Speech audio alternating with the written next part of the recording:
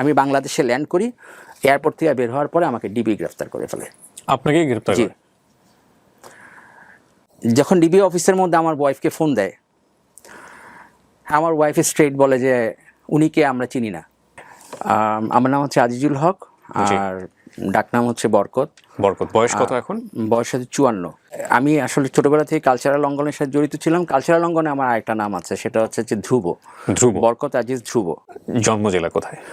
আমার জন্ম হচ্ছে চিটাগাঙে, মানে বাবার চাকরি সূত্রে ওখানে ছিলেন। জি। আর এমনি হচ্ছে আমাদের দাদার বাড়ি, বাবার বাড়ি হচ্ছে গাজীপুরে। আর তারও আগের বংশ হচ্ছে আপনার কুমিল্লাতে। ঢাকাতেই মোটামুটি বড় হয়ে? আমি ঢাকাতেই ছোটবেলা থেকেই। ওকে, তো শুরু করুন আপনি যেখান থেকে শুরু করতে চান, যেভাবে আপনি গল্পটা আমাকে বলুন। জি। আমি 1986 সালে মেট্রিক পাস করেছি। 28 সালে ইন্টারমিডিয়েট কমপ্লিট করার পরে আমি আর পড়াশোনা করিনি, কারণ জাস্ট উড়নচণ্ডী টাইপের ছিলাম। আচ্ছা। তখন আমি কালচারাল অ্যাক্টিভিটিসের সাথে জড়িত হয়ে যাই বাংলাদেশ সাংস্কৃতিক অঙ্গনে। তখন আমার খুব ভালো একটা নাম ডাক হয়। আমি আবৃত্তির উপরে কাজ করি, আবৃত্তির আমার ক্যাসেট বের হয়। আমাদের বাংলাদেশে আপনি জানেন যে জি সিরিজ যেই কোম্পানিটা, গীতাঞ্জলি খালেদ সাহেবের, ওনার প্রথম ক্যাসেটটা ছিল আমার, রাজাকার ছিল। এটা হচ্ছে রাজাকার বিরোধী আন্দোলন ছিল তখন, জাহানারা ইমামের ঘাতক দালাল নির্মূল কমিটির। ওই সাংস্কৃতিক অঙ্গনে আমি আসলে যুক্ত হয়ে যাই। নাট্যচক্রের মেম্বার ছিলাম আমি, মহামিদ ফাল্গুনী হামিদের গ্রুপের। আর বৈকুণ্ঠের মেম্বার ছিলাম শিমুল মুস্তফা ভাইয়ের। আমার বাবা হচ্ছে ব্যাংকার, উনি জনতা ব্যাংকে চাকরি করতেন। আর মা হচ্ছে গৃহিণী। আমরা 4 ভাই, কোনো বোন নাই, আমি সবার বড়। ঘাতক দালাল নির্মূল কমিটির সাথে যুক্ত হই, নাট্যচক্রের সাথে যুক্ত হই, বৈকুণ্ঠের সাথে যুক্ত হই। তখন মেহেদি হাসান, শিমুল মুস্তফা ভাই, হ্যাঁ, ওনারা খুব প্রমিনেন্ট ওই মুহূর্তে। তখন আমার রাজাকারের ছড়াটা তখন বইমেলার মধ্যে খুব ভালো ফেমাস হয়, এবং ওই থেকেই আমার পরিচয়টা খুব ভালো পপুলার হয়। একটা পর্যায়ে গিয়ে আমি কিন্তু 1টা 2টা করতে করতে করতে করতে প্রায় 9টা ক্যাসেট বের করি তখন, বিভিন্ন কোম্পানি থেকে, এই আবৃত্তির উপরে। এখনো আছে আমার, এগুলো সিডি আকারে আছে আমার ইউটিউবের মধ্যে, কিছু ছোট ছোট খণ্ড করে দেওয়া আছে। সাউন্ড টেক থেকে বেরিয়েছে, সঙ্গীতা থেকে বেরিয়েছে, প্রমিনেন্ট কোম্পানিগুলো সব। বিউটি কর্নার থেকে বেরিয়েছে, কান্ট্রি মিউজিক। ওই সময়কার সময় কিন্তু এই কোম্পানিগুলো খুব প্রমিনেন্ট ছিল। তো এক সময় আমার বাবা আমাকে বললো যে তুমি হয় নাটক নিবা, না হলে পরে বাসায় থাকবা, কোনটা নিবা? তা আমি বললাম যে আমি নাটক নিব। এই কথা বললে তো উনি আমাকে বাসা থেকে বের করে দেয়। নাটক বলতে নাটকে পড়াশোনা করবেন না? তাহলে নাটক করবো। তখন বেলি রুটে আপনার মহিলা সমিতি মঞ্চের অভিনয় করতাম। তো রক্তকরবীর মতো নাটকগুলোতে আমি অভিনয় করেছি। তখন বাবা বললো যে তো তাহলে তুমি আমার বাসা থেকে চলে যাও। তা আমি চলে গেছি বাসা থেকে বেরিয়ে আমার তখন বইয়ের কালেকশন ছিল অনেক। আমি অসংখ্য বই ছিল আমার। এই বইগুলো নিয়ে নীলক্ষেতে বিক্রি করে দিয়েছি। বিক্রি করে দিয়ে আমার টাকা লাগবে, বেরিয়ে যাবো। একাডেমিক বই না, হুমায়ুন আহমেদের বই, সব উপন্যাস। আপনি তখন পড়াশোনা করছেন ওই সময়টা? আমি তখন ইন্টারমিডিয়েট পাস করছি, মানে গ্র্যাজুয়েশনে ভর্তি হব, কিন্তু আমি আর কলেজে পড়াশোনা করি, ইউনিভার্সিটিতে ভর্তি হই নাই। নাটকের ভূত যে চাপছে না। তারপরে আপনার মিরপুরে বাসার সেই যাইতাম হচ্ছে ঢাকা বিশ্ববিদ্যালয়ে পড়াশোনার টাইম কই। এই হচ্ছে অবস্থা। বই বিক্রি করে দিলেন? হ্যাঁ, তখন ওই বই বিক্রি করে কিছু টাকা পাইছি। টাকা পাওয়ার পরে আমি কমলাপুর থেকে ট্রেনে উঠছি। ট্রেনে উঠে ট্রেন যেদিকে চাই সেদিকে, মোট কথা হলে আমার যাওয়ার কোনো জায়গা নেই। পরে আমি কুমিল্লায় চলে যাই। কুমিল্লায় যেহেতু আমাদের আদি বাড়ি আছে, তো ওখানে চাচার বাড়িতে যাই। চাচা, আমি জানি যে এখানে বেশি দিন থাকতে পারবো না, কারণ এর মধ্যেই চাচা চিঠি লিখে বাবাকে বলে দিবে। তা আমি তার আগেই ভাইগা যাই। আবার আমি করতে করতে কুমিল্লাতে শহরের ভেতরে একটা লজিং পাই। তা আমি রাস্তা দিয়ে হাঁটতাম, আর কুমিল্লার মধ্যে দেখতাম যে তবলার আওয়াজ বা গানের আওয়াজ কোথায় পাওয়া যায়, এরকম একটা তবলার আওয়াজ পাইছি। তখন কুমিল্লাতে খুব প্রমিনেন্ট একটা কোম্পানি, অর্গানাইজেশন ছিল, সেটা উষসী পরিষদ। আচ্ছা। এবং এখনও খুব বিখ্যাত এটা। উষসী পরিষদে আমি তখন জয়েন করি। জয়েন করার পরে আবার কিন্তু কালচার চলতেছে, আর এখন পড়াশোনা টোটালি বন্ধ। ফ্যামিলি জানতো না? বাবা, আমি 2 বছর আমার মা আর চোখের জল ফেলাইছে, শুধু ছেলে হারায় গেছে। হ্যাঁ, এবং আমার বাবাকে শুধু সরব করতো। উনি কাঁদতে কাঁদতে চোখে চশমা নিয়ে নিছে। একজন ব্যক্তি আছেন আমাদের বর্তমানে আপনাদের কালচারাল অঙ্গনে অনেক বিখ্যাত, আমি তার নামটা নিতে চাচ্ছি না। ইন্ডিয়া বিভিন্ন জায়গায় টেলিভিশন অনুষ্ঠান করে। ও আমার জুনিয়র ছিল, এখন অনেক ফেমাস ব্যক্তি। ওই ছেলেটা মাঝে মাঝে কি জানি খাইতো। একদিন আমি তাকে বলি যে কি করো বা কোথায় যাও, তখন সে আমাকে বলে যে যাবি আমার সাথে? তো আমি গেলাম। এই সঙ্গদোষ যেটাকে বলে আর কি। পরে ও আমাকে একটা বোতল ধরে, বোতল। এইটা তখন কিন্তু খুব জনপ্রিয় ছিল, আমি নামও জানতাম না এই জিনিসগুলোর। তো ও আমাকে জাস্ট সামান্য একটু দেয়, 4 ভাগের 1 ভাগ, যেটাকে আমরা কোয়ার্টার বলি। আমি খেয়ে তো অবস্থা খারাপ। আমি তখন রিক্সা থেকে নামতে গিয়ে আমার কাছে মনে হয়েছে যে মাটিটা উপরে উঠে গেছে। আমি পা দিছি, পড়ে গেছি আছাড় খেয়ে। এই থেকে আমার ড্রাগের লাইফের যাত্রা শুরু। আপনার ভালো লাগলো বিষয়টা? এটা এই এডিকশানের মধ্যে যে আইটেমগুলো আছে সেই আইটেমগুলোর মধ্যে এই আইটেমটা এমন একটা আইটেম যে আইটেমটা আপনার ভালো লাগা সৃষ্টি করে, তারপরে আপনার ভিতরে একটা উদাসীনতা সৃষ্টি করে, আপনার ভিতরে একটা এক্সট্রা একটা চার্ম সৃষ্টি করে, আপনার বসে থাকতে ভাল লাগে, শুয়ে থাকতে, যেটাই করেন সেটাই ভাল লাগে। আপনার ওই সময় ফ্যামিলির সাথে যোগাযোগ নাই? না, কোনো যোগাযোগ নেই। তো যাই হোক, তখন তো বাঁধনহারা আমি। মানে লেখাপড়ার জন্য আফসোস হইতো না? আপনার ফ্রেন্ডরা সবাই লেখাপড়া করছে, আপনি শুধু কবিতার পেছনে ছুটছেন।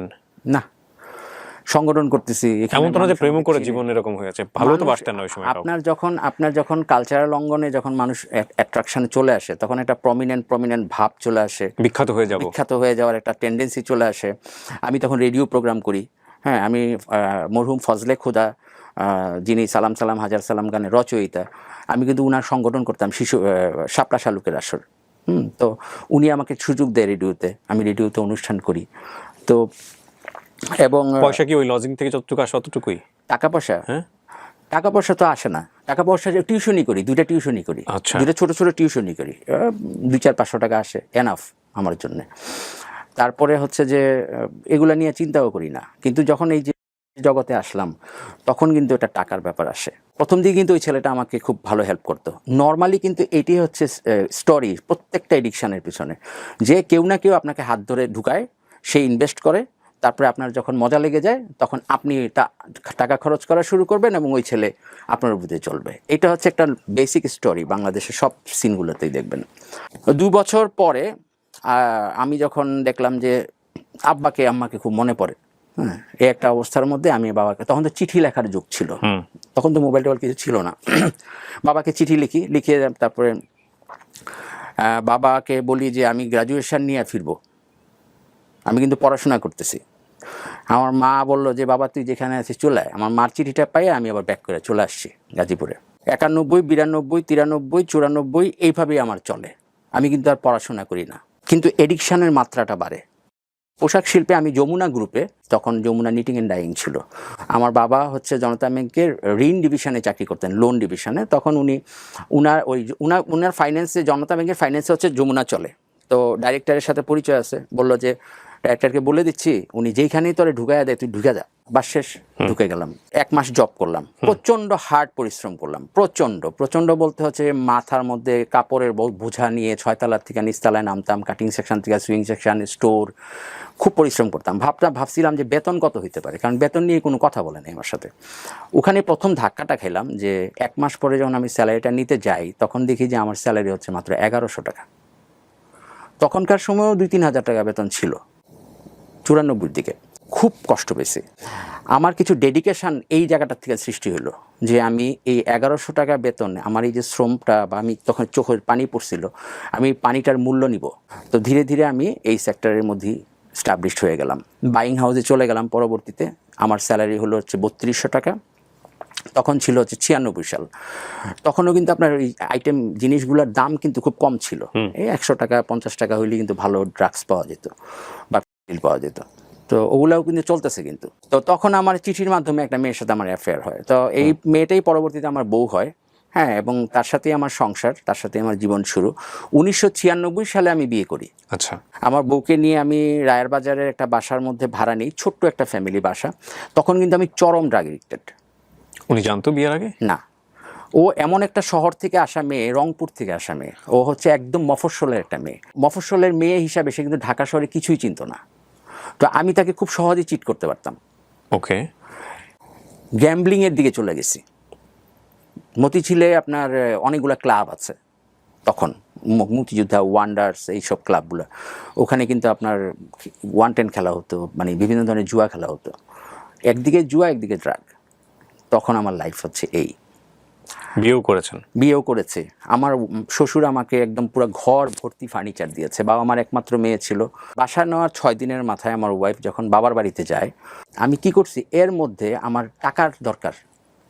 একদিক দিয়ে গ্যাম্বলিং, একদিক দিয়ে ক্লাবিং, আর একদিক দিয়ে হচ্ছে ড্রাগস। সো আমার তো এই বেতনের টাকা দিয়ে হয় না, তো আমার টাকা দরকার। আমি অসংখ্য মানুষের কাছে টাকা ধার করা শুরু করছি।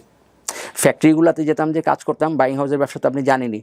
আর তখন যেই বাইং হাউসটার কথা বলছি আমি, সেই বাইং হাউসটা এতটা পপুলার একটা বাইং হাউস ছিল যে বাংলাদেশে অনেক বড় বড় ফ্যাক্টরিগুলো আমাদের সাথে কাজ করতো এবং তাদের ওনারদের সাথে আমার পরিচয় ছিল এবং তাদের কাছ থেকে আমি টাকা নিতাম ধার, আচ্ছা, লোন। 4 দিনের মাথায় যখন আমার ওয়াইফ ব্যাক করে ঢাকায়, এসে দেখে যে ফার্নিচার একটাও নেই, সব বিক্রি করে ফেলছি। শুধু একটা খাট আর একটা আলনা ছিল, আর বাকি ফ্রিজ যাবতীয় যা আছে, ওয়ার্ড্রোপ সব বাড়িওয়ালা নামানোর সময় বলতেছে যেগুলো কই নিয়ে যাও, আমরা যেগুলো রং করবো। আমি টাকার জন্য যখন ক্রেজি হয়ে গেছিলাম, এবং এই হচ্ছে আমার প্রথম ধ্বংস লাইফের। ফার্নিচারগুলো সব বিক্রি করে ফেলে আমার ওয়াইফের সাথে তো কিছুই বুঝতে পারে না ঘটনা কী হয়েছে।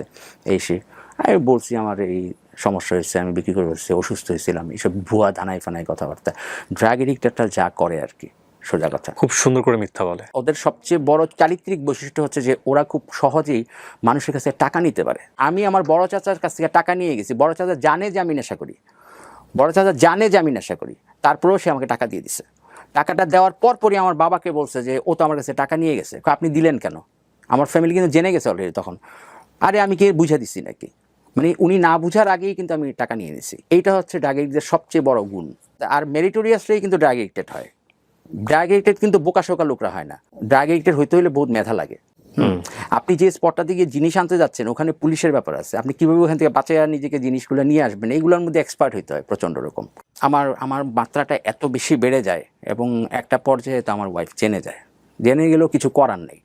আমি এখান থেকে জব ছেড়ে আমি তখন কিন্তু আপনাকে আমি কিছু ভিজিটিং কার্ড দিয়েছি, দেখবেন আমি কিন্তু ওখানে বড় বড় গ্রুপে কাজ করেছি, ডেকো গ্রুপ, নাসা গ্রুপ, এগুলো কিন্তু বিগ কোম্পানি বাংলাদেশের। এগুলাতে জব করি, নারায়ণগঞ্জে শোভন গ্রুপ। আমার অবস্থাটা এমন ছিল যে আমি এত মেরিটোরিয়াস একটা ছেলে ছিলাম, আমি একা 8টা ক্লায়েন্টের মধ্যে ধরেন ওই ফ্যাক্টরির প্রায় 6টা ক্লায়েন্ট আমি দেখতাম, মার্চেন্ডাইজার ছিলাম। এবং ওরা আমার উপর এতটা অসহায় ছিল, ওই ফ্যাক্টরির ওনার, যে আমাকে না পারে চাকরি থেকে ছাড়াই দিতে, না পারে চাকরিতে রাখতে। আর আমি কোনো ইনফরমেশান, কোনো বায়ারের ইনফরমেশান 3 জায়গায় ভাগ করে রাখতাম। একটা রাখতাম ব্রেনের ভিতরে, একটা রাখতাম ফাইলের ভিতরে, একটা রাখতাম কম্পিউটারের ভিতরে। তা আপনি আমার চাকরি থেকে ছাড়াইবেন কেমনে? আপনার কোনো ফাইলের প্রোডাকশনের স্ট্যাটাস জানতে হলে 3টারে জোড়া লাগাইতে হবে, আর এটা তো আপনার পক্ষে সম্ভব না। শেষ পর্যন্ত আমি কিন্তু ওই কেমিক্যাল চয়েসটা চেঞ্জ করে ফেলি, আমি তখন ব্রাউন সুগারে চলে আসি। এটা কেন হয়? মানে তখন মনে হয় কি, মানে ফিলিংসটা বাড়ানোর জন্য? এটারও একটা ব্যাপার আছে। আপনি যদি প্রশ্ন করেন যে আপনি ব্রাউন সুগারে গেলেন কীভাবে, হ্যাঁ, এটারও একটা ইন্টারেস্টিং স্টোরি আছে। আমি টাকা সেভ করার জন্য গেছি। তখন আমার 3টা লাগে, 3 বোতল লাগে। হ্যাঁ, টাকার পরিমাণ বেশি না, ধরেন 150 টাকা করে যদি ধরি, তাও কিন্তু আবার 450 টাকা হয়। তো এত টাকা তো আমার কাছে নেই প্রতিদিন। তো এখন এমন একটা অবস্থার মধ্যে আমার একটু কম দামের মধ্যে কিছু একটা জিনিস দরকার। তো আমার একটা ফ্রেন্ড এসে আমার বললো, যে পাউডার দিল, দিয়ে বললো যে এইটা ট্রাই করে দেখেন, এটার দাম মাত্র 100 টাকা, একবার নিলেই সারাদিন চলবে। তা আমি পরে দেখলাম যে হ্যাঁ আসলেই তো এইটা মনে করেন যে ওইটাতে তারও দ্বিগুণ কাজ করে, হ্যাঁ, উদ্দীপনা বাড়ায়। কিন্তু পৃথিবীর মধ্যে সবচেয়ে মারাত্মক, সবচেয়ে বিধ্বংসী নেশা, এখান থেকে কেউ ফিরে আসতে পারে না কোনোদিনও। তখন আপনার ওয়াইফ কি করছে?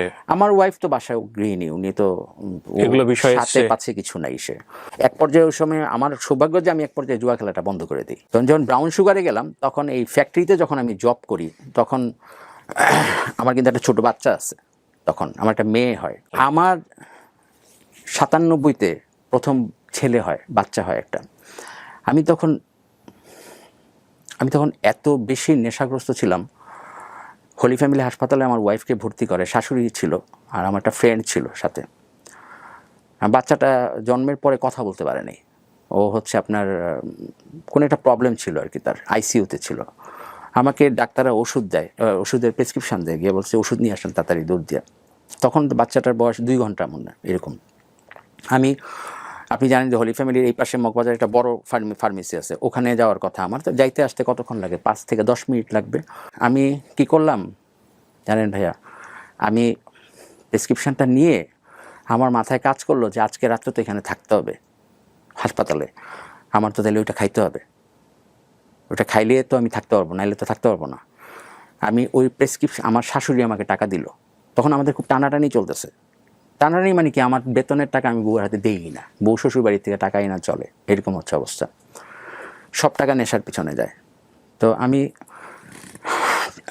ভাবলাম যে আমার তো হাসপাতালে রাতে থাকতে হবে, এখন আমার এটা খাইতে হবে। তা আমি কী করলাম জানেন, আমি হায়দ্রাবাদের ওখানে ধলপুর সুইপার কলোনি, আমার যাতায়াত ছিল ধলপুর সুইপার কলোনি, তারপরে হচ্ছে গণকটলি সুইপার কলোনি, তারপরে বিএনপি বস্তি, যত আজে বাজে জায়গা আছে ওগুলো আমি ওইখানে গেলাম। ওখানে গিয়ে চিন্তা করলাম যে আগে খেয়ে ফেলাই তাড়াতাড়ি, খাইয়া তারপরে ব্যাক করে আসার সময় ওষুধটা কিনে তারপর ব্যাক করব। ওইখানে যাওয়া এবং ওইখানে খাওয়া প্রায় 2-3 ঘন্টা সময় চলে যায়। পরে ওখানে খায়া টেয়া যখন আমি ব্যাক করছি তখন থেকে আমার ছেলেটা মারা গেছে। আরে এবং এবং আমি তাকে আর দেখতে পারিনি। তাকে আজিমপুর গোরস্থানে নিয়ে গেছে। আমি এসে দেখি 3-4 ঘন্টার মধ্যে আমার শাশুড়ি আর হচ্ছে আমার ফ্রেন্ডটাও ওকে ইয়েতে নিয়ে গেছে, গোরস্থানে নিয়ে গেছে। আমি আর ছেলেটার মুখ দেখতে পারি। মানে আপনি ইমার্জেন্সি ব্যাপারটা বোঝেন নাই? আমার তখন ওই বোঝার মতো কোনো মানসিকতা নেই। আমার হচ্ছে মাল খাওয়ার কথা, আমার হচ্ছে জিনিস খাওয়া দরকার। আমি খাইয়া তাড়াতাড়ি ব্যাক করে তো আমি আসতে কতক্ষণ আর সময় লাগবে। আপনি যদি জানতেনও জিনিসটা, আপনি যদি আমাকে বাধাও দিতেন, আমি কিন্তু আপনাকে কনভিন্স করতাম এইভাবেই যে আমি যাবো আর আসবো, আমার যাইতে আর আসতে কতক্ষণ সময় লাগবে। আসার সময়তে ডিসপেন্সারি থেকে বা ফার্মেসি থেকে ওষুধটা নিয়ে এসে আমি হাসপাতালে ঢুকে যাবো, আমি আর বেরোবো না, সারা রাত থাকবো এখানে। তো এই কারণেই কিন্তু আমি আর ওইটার ইমার্জেন্সিটা বুঝি নাই। বাচ্চাটা মারা গেল এবং তাকে আজিমপুর গোরস্থানে কবর দেওয়া হলো। আমি আর দেখতে পারলাম না তাকে। আমি দৌড়ে আজিমপুরে গেছিলাম, কিন্তু তখন ততক্ষণে কবর হয়ে গেছে। আমার শাশুড়ি সবাই আমাকে ঘৃণা করে, স্বাভাবিকভাবেই, বা হয়তো কিছু বলতে পারে না। যাই হোক, চলেন আমরা আবার সামনের দিকে যাই। আমি নারায়ণগঞ্জে একটা বড় ফ্যাক্টরিতে জব করি। তখন আমার তখন মেয়ে হয়েছে, কিন্তু নেশা কিন্তু আর ছাড়ি নেই। আমি ওই ফ্যাক্টরিটার মধ্যে এত বেশি পরিমাণ অগোছালো চলতাম যে আমার স্যালারি কিন্তু তখন অনেক ভালো, 40,000 টাকার উপরে মনে বেতন পাই তখনকার সময়, না মনে আরও বেশি, 60,000-এর মতো হবে। 98-99 সালের দিকের ঘটনা। দেখেন আমার অবস্থাটা এরকম ছিল যে ফ্যাক্টরির গোডাউনের ভিতরে কাপড় যেখানে রাখে ওখানে ভিতরে বসে বসে খাইতাম। এক পর্যায়ে জানাজানি হয়ে যায়। চেয়ারম্যান স্যার খুব আমাকে আদর করতো। চেয়ারম্যান স্যার বললো যে ডাইকাইনা বলতে যে তুই যে এই জায়গাটার মধ্যে বসে খাস, তোর একবার ভয় লাগে না আমার জায়গাটার মধ্যে যদি আগুন ধরে যায় এসে? দেখেন সে একটা ফ্যাক্টরির ওনার, কিন্তু সে কিন্তু আমাকে চাকরির থেকে 5টার মধ্যে লাথি দিয়ে বের করে দেওয়ার কথা, কিন্তু সে কিন্তু এটা দিতে পারতেছে না। বাট বরঞ্চ সে আমাকে উল্টা বুঝাচ্ছে, তোরে যদি আমরা চিকিৎসা করাই তুই কি সুস্থ হবি? আমি বললাম যে চিকিৎসার তো কী দরকার, মানে হুদা ঘাট দিয়ে ঠেলা আর কি, বুঝছেন? এইসব আমার তো এগুলোতে কোনো প্রবলেম নেই। তো আমি তাকে লজিক্যালি অনেক কনভিন্স করার চেষ্টা করলাম যে না, আমার এগুলো চিকিৎসার দরকার নেই, আমি এগুলো এখন চাইলেই তো ছেড়ে দিতে পারি। ওনারা আমাকে তারপরেও বললো যে ঠিক আছে, তুই ছাড়তে তো পারতেছিস না, সুতরাং তোকে আমরা চিকিৎসা করানোর ব্যবস্থা করি। ফ্যাক্টরি থেকে আমাকে চিকিৎসা করানোর ব্যবস্থা করা হলো। এইটাও বাংলাদেশের মধ্যে একটা রেয়ার ঘটনা যে কোনো ফ্যাক্টরি আপনাকে চিকিৎসা করাবে আপনি হেরোইনের এডিক্টেড জানার পরেও। বিকজ আপনার এমপ্লয়ি হিসেবে অনেক বেশি ডিমান্ড ছিল, অনেক বেশি ডিমান্ড ছিল, এবং আমি একসাথে 8টা ক্লায়েন্টের মধ্যে 6টা ক্লায়েন্ট আমি দেখতাম, বললাম না, এবং আমি খুব দ্রুত কাজ করতে পারতাম। ওকে, আমার এই মেরিটটাকে ওরা রেসপেক্ট করলো আর কি। তখন আমি মুক্তি ক্লিনিক নামে একটা ইয়ে আছে এখানে গুলশান 1 নম্বরে, ওখানে ভর্তি হলাম। দেখেন আমি 3 মাসের কোর্সে ভর্তি হয়েছি, কিন্তু আমাকে 1 মাস 20 দিনের মাথায় ওনারা আবার ছাড়াইয়া নিয়ে আসলো। কেন নিয়ে আসলো? কারণ ওনাদের অলরেডি অনেক টাকা লস হয়ে গেছে এর মধ্যে। আমি না আপনাকে ভর্তি করে দিয়েও আবার ছাড়াই নিয়ে আসছে, বাধ্য হয়েছে ছাড়াই নিয়ে আসতে। 1 মাস 20 দিন পরে বলছিল যে ভালো হইতে পারবা তো? আমি বললাম যে হ্যাঁ পারবো। আমার কথা হলো এখান থেকে ভাগা দরকার আমার। আমি আবার জব শুরু করলাম। কিসের কি, পরের দিন থেকে আবার শুরু। 1 গ্রাম হেরোইনের দাম হচ্ছে 3,000 টাকা। 3 গ্রাম হেরোইন খেতাম প্রতিদিন। এত টাকা পেতেন কোথায়? আমার প্রচুর পরিমাণ 2 নম্বরই করতাম ওই ফ্যাক্টরিতে। মার্চেন্ডাইজারদের কিন্তু প্রচুর পয়সা ইনকাম করার রাস্তা আছে বাংলাদেশে, এটা আপনারা জানার কথা না। There is a lot of way to earn money and you cannot catch them. হ্যাঁ, যেমন বড় বস মার্চেন্ডাইজারদের ব্যাপারে একটা কথা বলতো যে আমি তো মিষ্টির দোকানদার, মিষ্টি বানাইতে বসছি, মাসি আর কতটুকু মিষ্টি খাবে? আমার মাসি তাড়ানোর কোনো দরকার নেই, মিষ্টি বানানোর দরকার।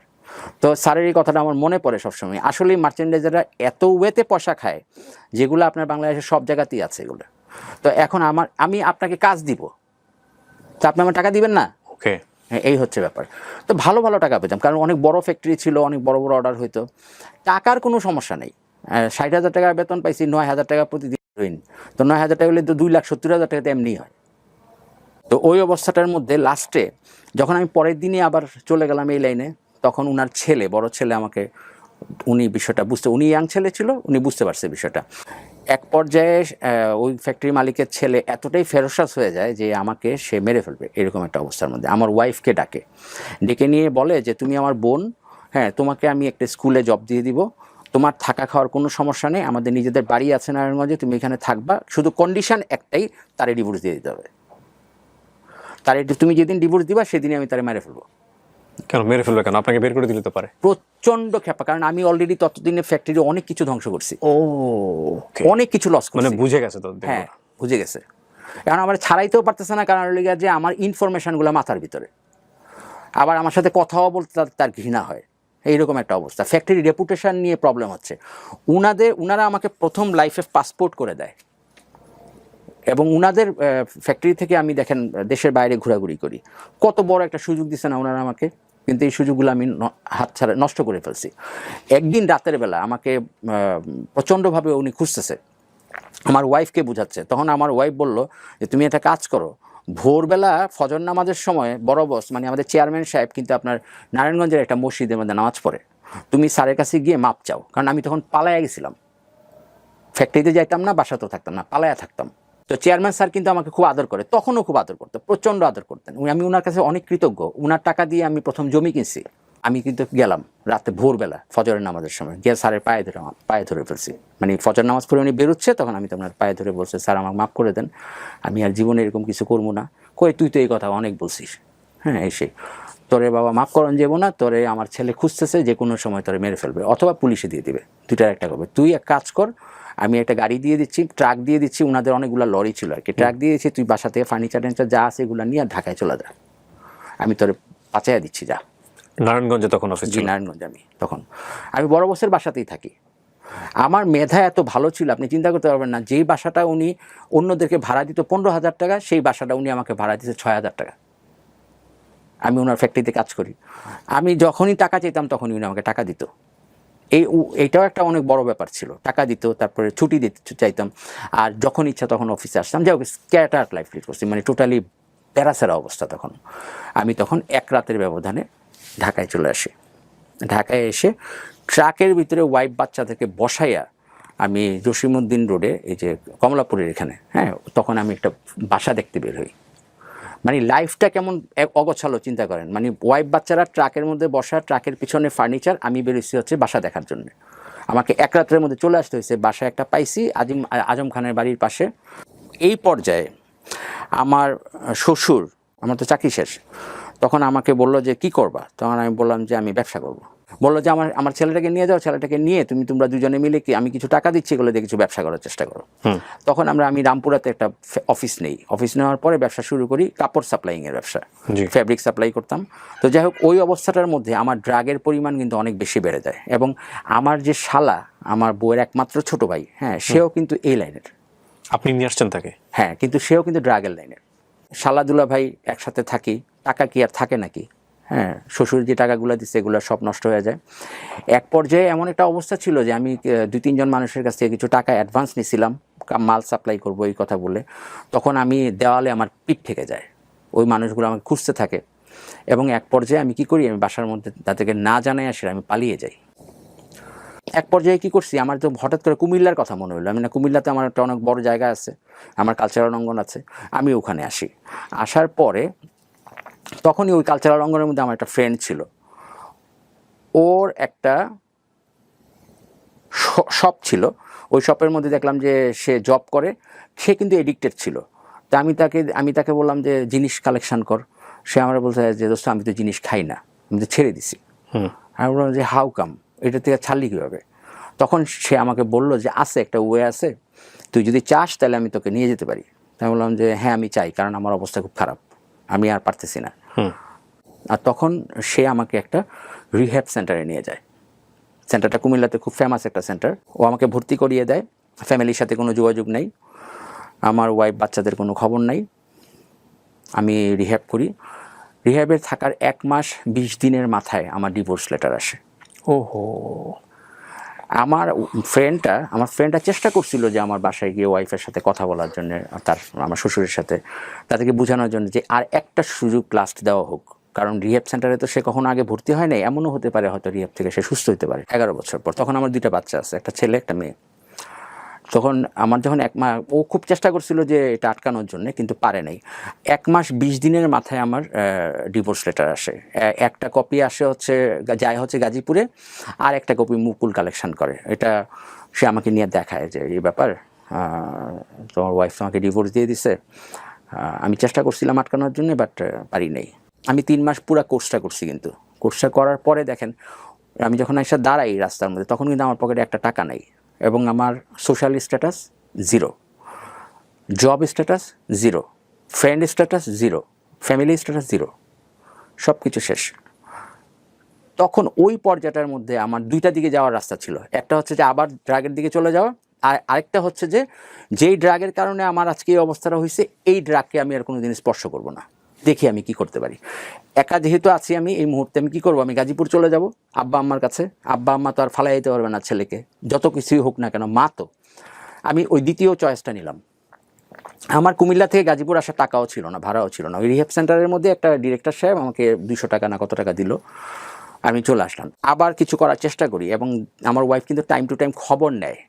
আমি কিন্তু এটা জানি না, আমার ফ্রেন্ডের মধ্যে খবর নেয় ও কেমন আছে বা কী আসে বিষয়ে, ছাড়ছে কিনা আসলেই এরকম। এই ডিভোর্স দেওয়ার পরেও খবর নেয়। 1 বছর চলে যায় আমার। আমি তখন একটা বাইং হাউসে আবার ঢুকি। তখন আমার স্যালারি কত ছিল জানেন? মাত্র 25,000 টাকা। 1 বছর পরে আমার খুব চমৎকার একটা নাটকীয়তার মাধ্যমে আমার ওয়াইফ ফিরে আসে আমার কাছে।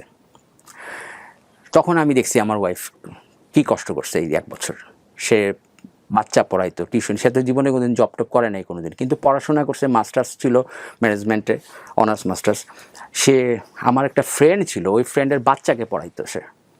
এমন একটা ঘটনা হয়েছে যে একটা ঈদের সময় আমার মেয়েকে, ওই কাজের মেয়ের জামা পরে থাকে না, ওই জামাগুলো আমার মেয়েকে দিছে ওই ফ্যামিলিটা। সব কিছু কিন্তু আমার ড্রাগের কারণে, আমার কারণে।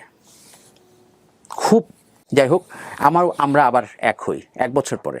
ড্রাগ ছেড়ে দেওয়ার পরে এটা হচ্ছে আমি মেসেজ দিতে চাই বাংলাদেশের মানুষদেরকে, যে একটা ছেলে ড্রাগস ছেড়ে দিলে, সে যদি ড্রাগ ছাড়া থাকতে পারে, একদিনও আপনি একটা হিস্টাসিন ট্যাবলেট পর্যন্ত খেতে পারবেন না।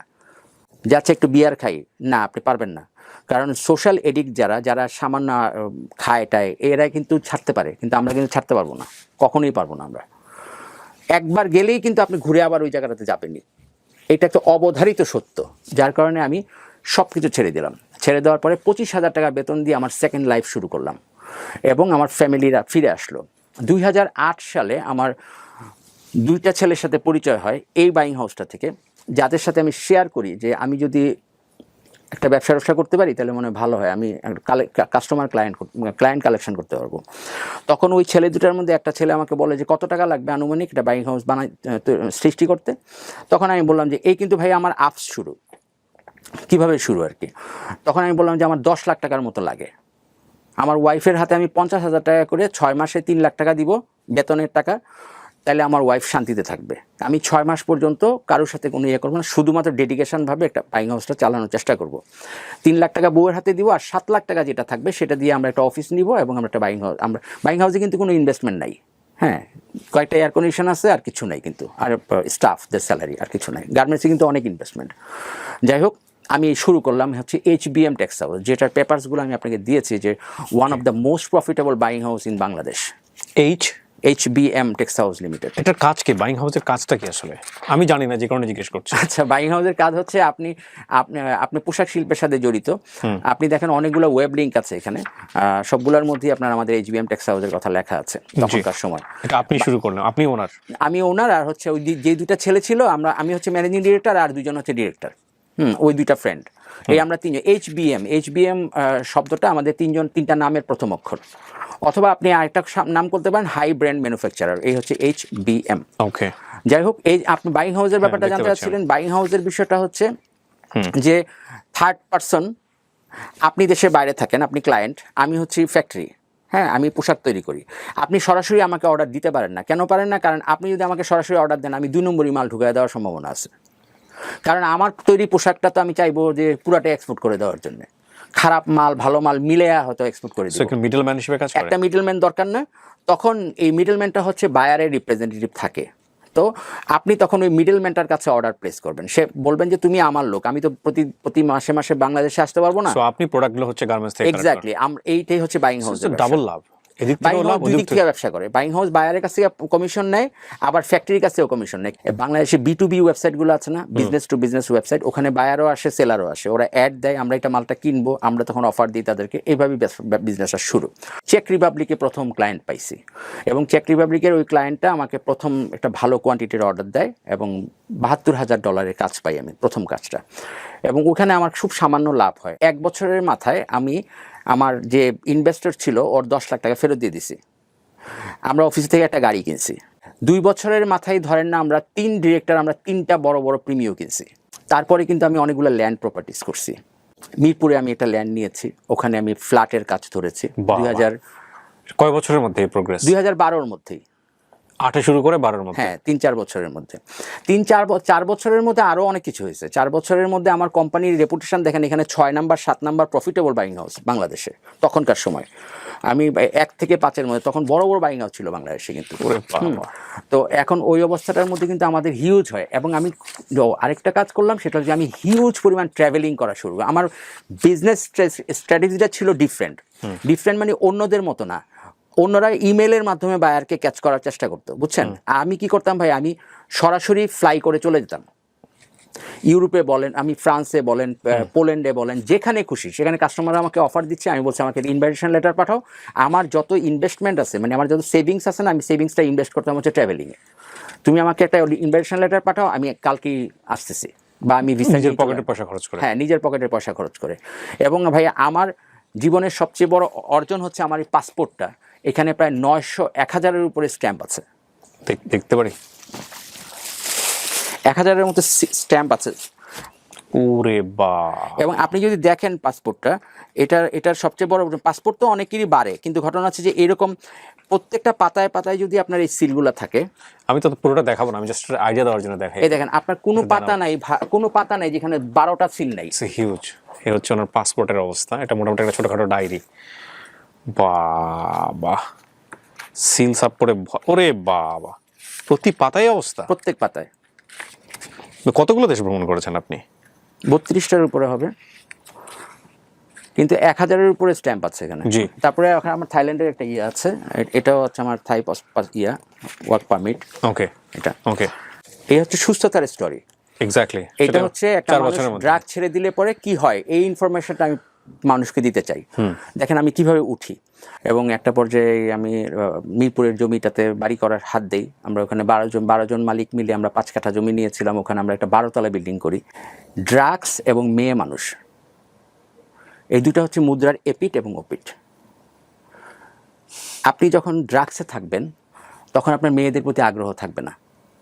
যখন মেয়েদের প্রতি থাকবে, যখন আপনি ড্রাগস ছেড়ে দিবেন তখন আপনার মেয়েদের প্রতি আগ্রহ চলে আসবে। সেক্সুয়ালি যে ফিজিক্যাল যে নিডসটা আছে না, সেটা ড্রাগস কিন্তু দমায়া রাখে। এবং আপনি যখন ড্রাগসে থাকবেন তখন কিন্তু আপনি ড্রাগসটাকেই আপনার গার্লফ্রেন্ড মনে করবেন। আপনি একটা মেয়ের দিকে ফিরেও তাকাবেন না, আপনার ভালো লাগবে না, সেক্সুয়ালি আপনার কোনো ইন্টারেস্ট থাকবে না। কিন্তু যখনই আপনি ড্রাগসটা ছেড়ে দিবেন তখন কিন্তু ধীরে ধীরে আপনি মেয়েদের প্রতি দুর্বলতা চলে আসবে। এখন এই টানটা হয় যে 2012 সালের দিকে আমার একটা মেয়ের সাথে পরিচয়টা হয় হচ্ছে ইন্টারভিউ বোর্ডে। ও আমার দেখেন জব ইন্টারভিউ দিতে এসেছিলো, HBM-এ জব ইন্টারভিউ দিতে এসেছিলো। ওর ইন্টারভিউতে চাকরি হয় নাই। তো হঠাৎ করে একদিন স্কাইপের মধ্যে আমার একটা মেসেজ আসছে। মেসেজটা খুব ইন্টারেস্টিং লাগছে আমার কাছে, যে স্যার আসসালামু আলাইকুম, আমার নাম হচ্ছে অমুক, আমি আপনার এখানে জব ইন্টারভিউ দিয়েছিলাম। যে তো কী হয়েছে?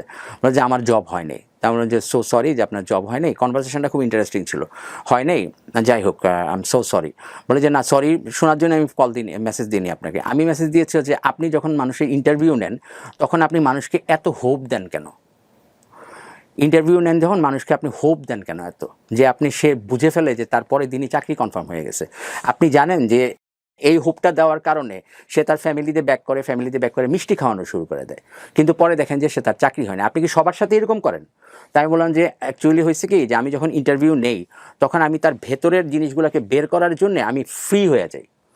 হ্যাঁ, আচ্ছা আপনি চাকরি পেলে কী করবেন, আপনার স্যালারি কত চাচ্ছেন, স্যালারি যদি এরকম দেওয়া হয় তাহলে আপনি কী করবেন, এই যে কথাগুলো বলি তখন তারা নাকি খুব হোপ পাওয়া যায়। তা আমার কাছে ব্যাপারটা খুব মজা লাগছে, মনে হচ্ছে যে আমি একটা বাচ্চা মেয়ের সাথে কথা বলতেছি। এই কাজটা আপনি করবেন না। আমি বললাম যে আচ্ছা ঠিক আছে। আপনি যখন আমাকে ইন্টারভিউটা নিলেন, তারপরে যখন আমার জবটা হলো না, আমি তখন ডিসিশন নিয়েছিলাম যে আমি আপনার কোম্পানির চেয়ে ভালো একটা কোম্পানিতে চাকরি করে দেখাই দিব আপনাদের। এখন আমি চাকরি পাইছি, আসেন না স্যার একদিন আমার অফিসে বনানীতে। তা আমি বললাম যে বাহ ফাইন তো। তা আমি বললাম আচ্ছা ঠিক আছে আসবো না। তো এই খুব মজা লাগলো। তারপরে তার সাথে আমার মোটামুটি হাই হ্যালো, খাইছেন কিনা, ভাত খাইছেন কিনা, নর্মাল ক্যাজুয়াল যে কথাবার্তাগুলো হয় এভাবে হয়। প্রায় 3-4 মাস পরে আমি তখন তো খুব বাইরে ট্রাভেলিং করি, আমি সময় পাই না। আমি 1 ঘন্টার সময় পাইছি। হঠাৎ করে আমার মনে হয়েছে আমি বনানীতে যাব। তো আমি তাকে নক দিয়ে বললাম যে আমি বনানীতে আসতেছি, 30 মিনিটস টাইম দিতে পারবো আপনাকে, আপনি যদি বলেন আমি আসবো কিনা। যে হ্যাঁ আপনি আসেন। তো বনানীতে একটা রেস্টুরেন্ট আছে, ওই রেস্টুরেন্টের মধ্যে আসলাম, আমরা বসলাম, কথাবার্তা বললাম। তার উচ্ছলতাটা আমার কাছে খুব আকৃষ্ট করেছে। সে কনজুগাল লাইফে হচ্ছে আপনার তার হাজব্যান্ড আছে, হাজব্যান্ড আবার ড্রাগ এডিক্টেড, বাচ্চা আছে একটা ছোট।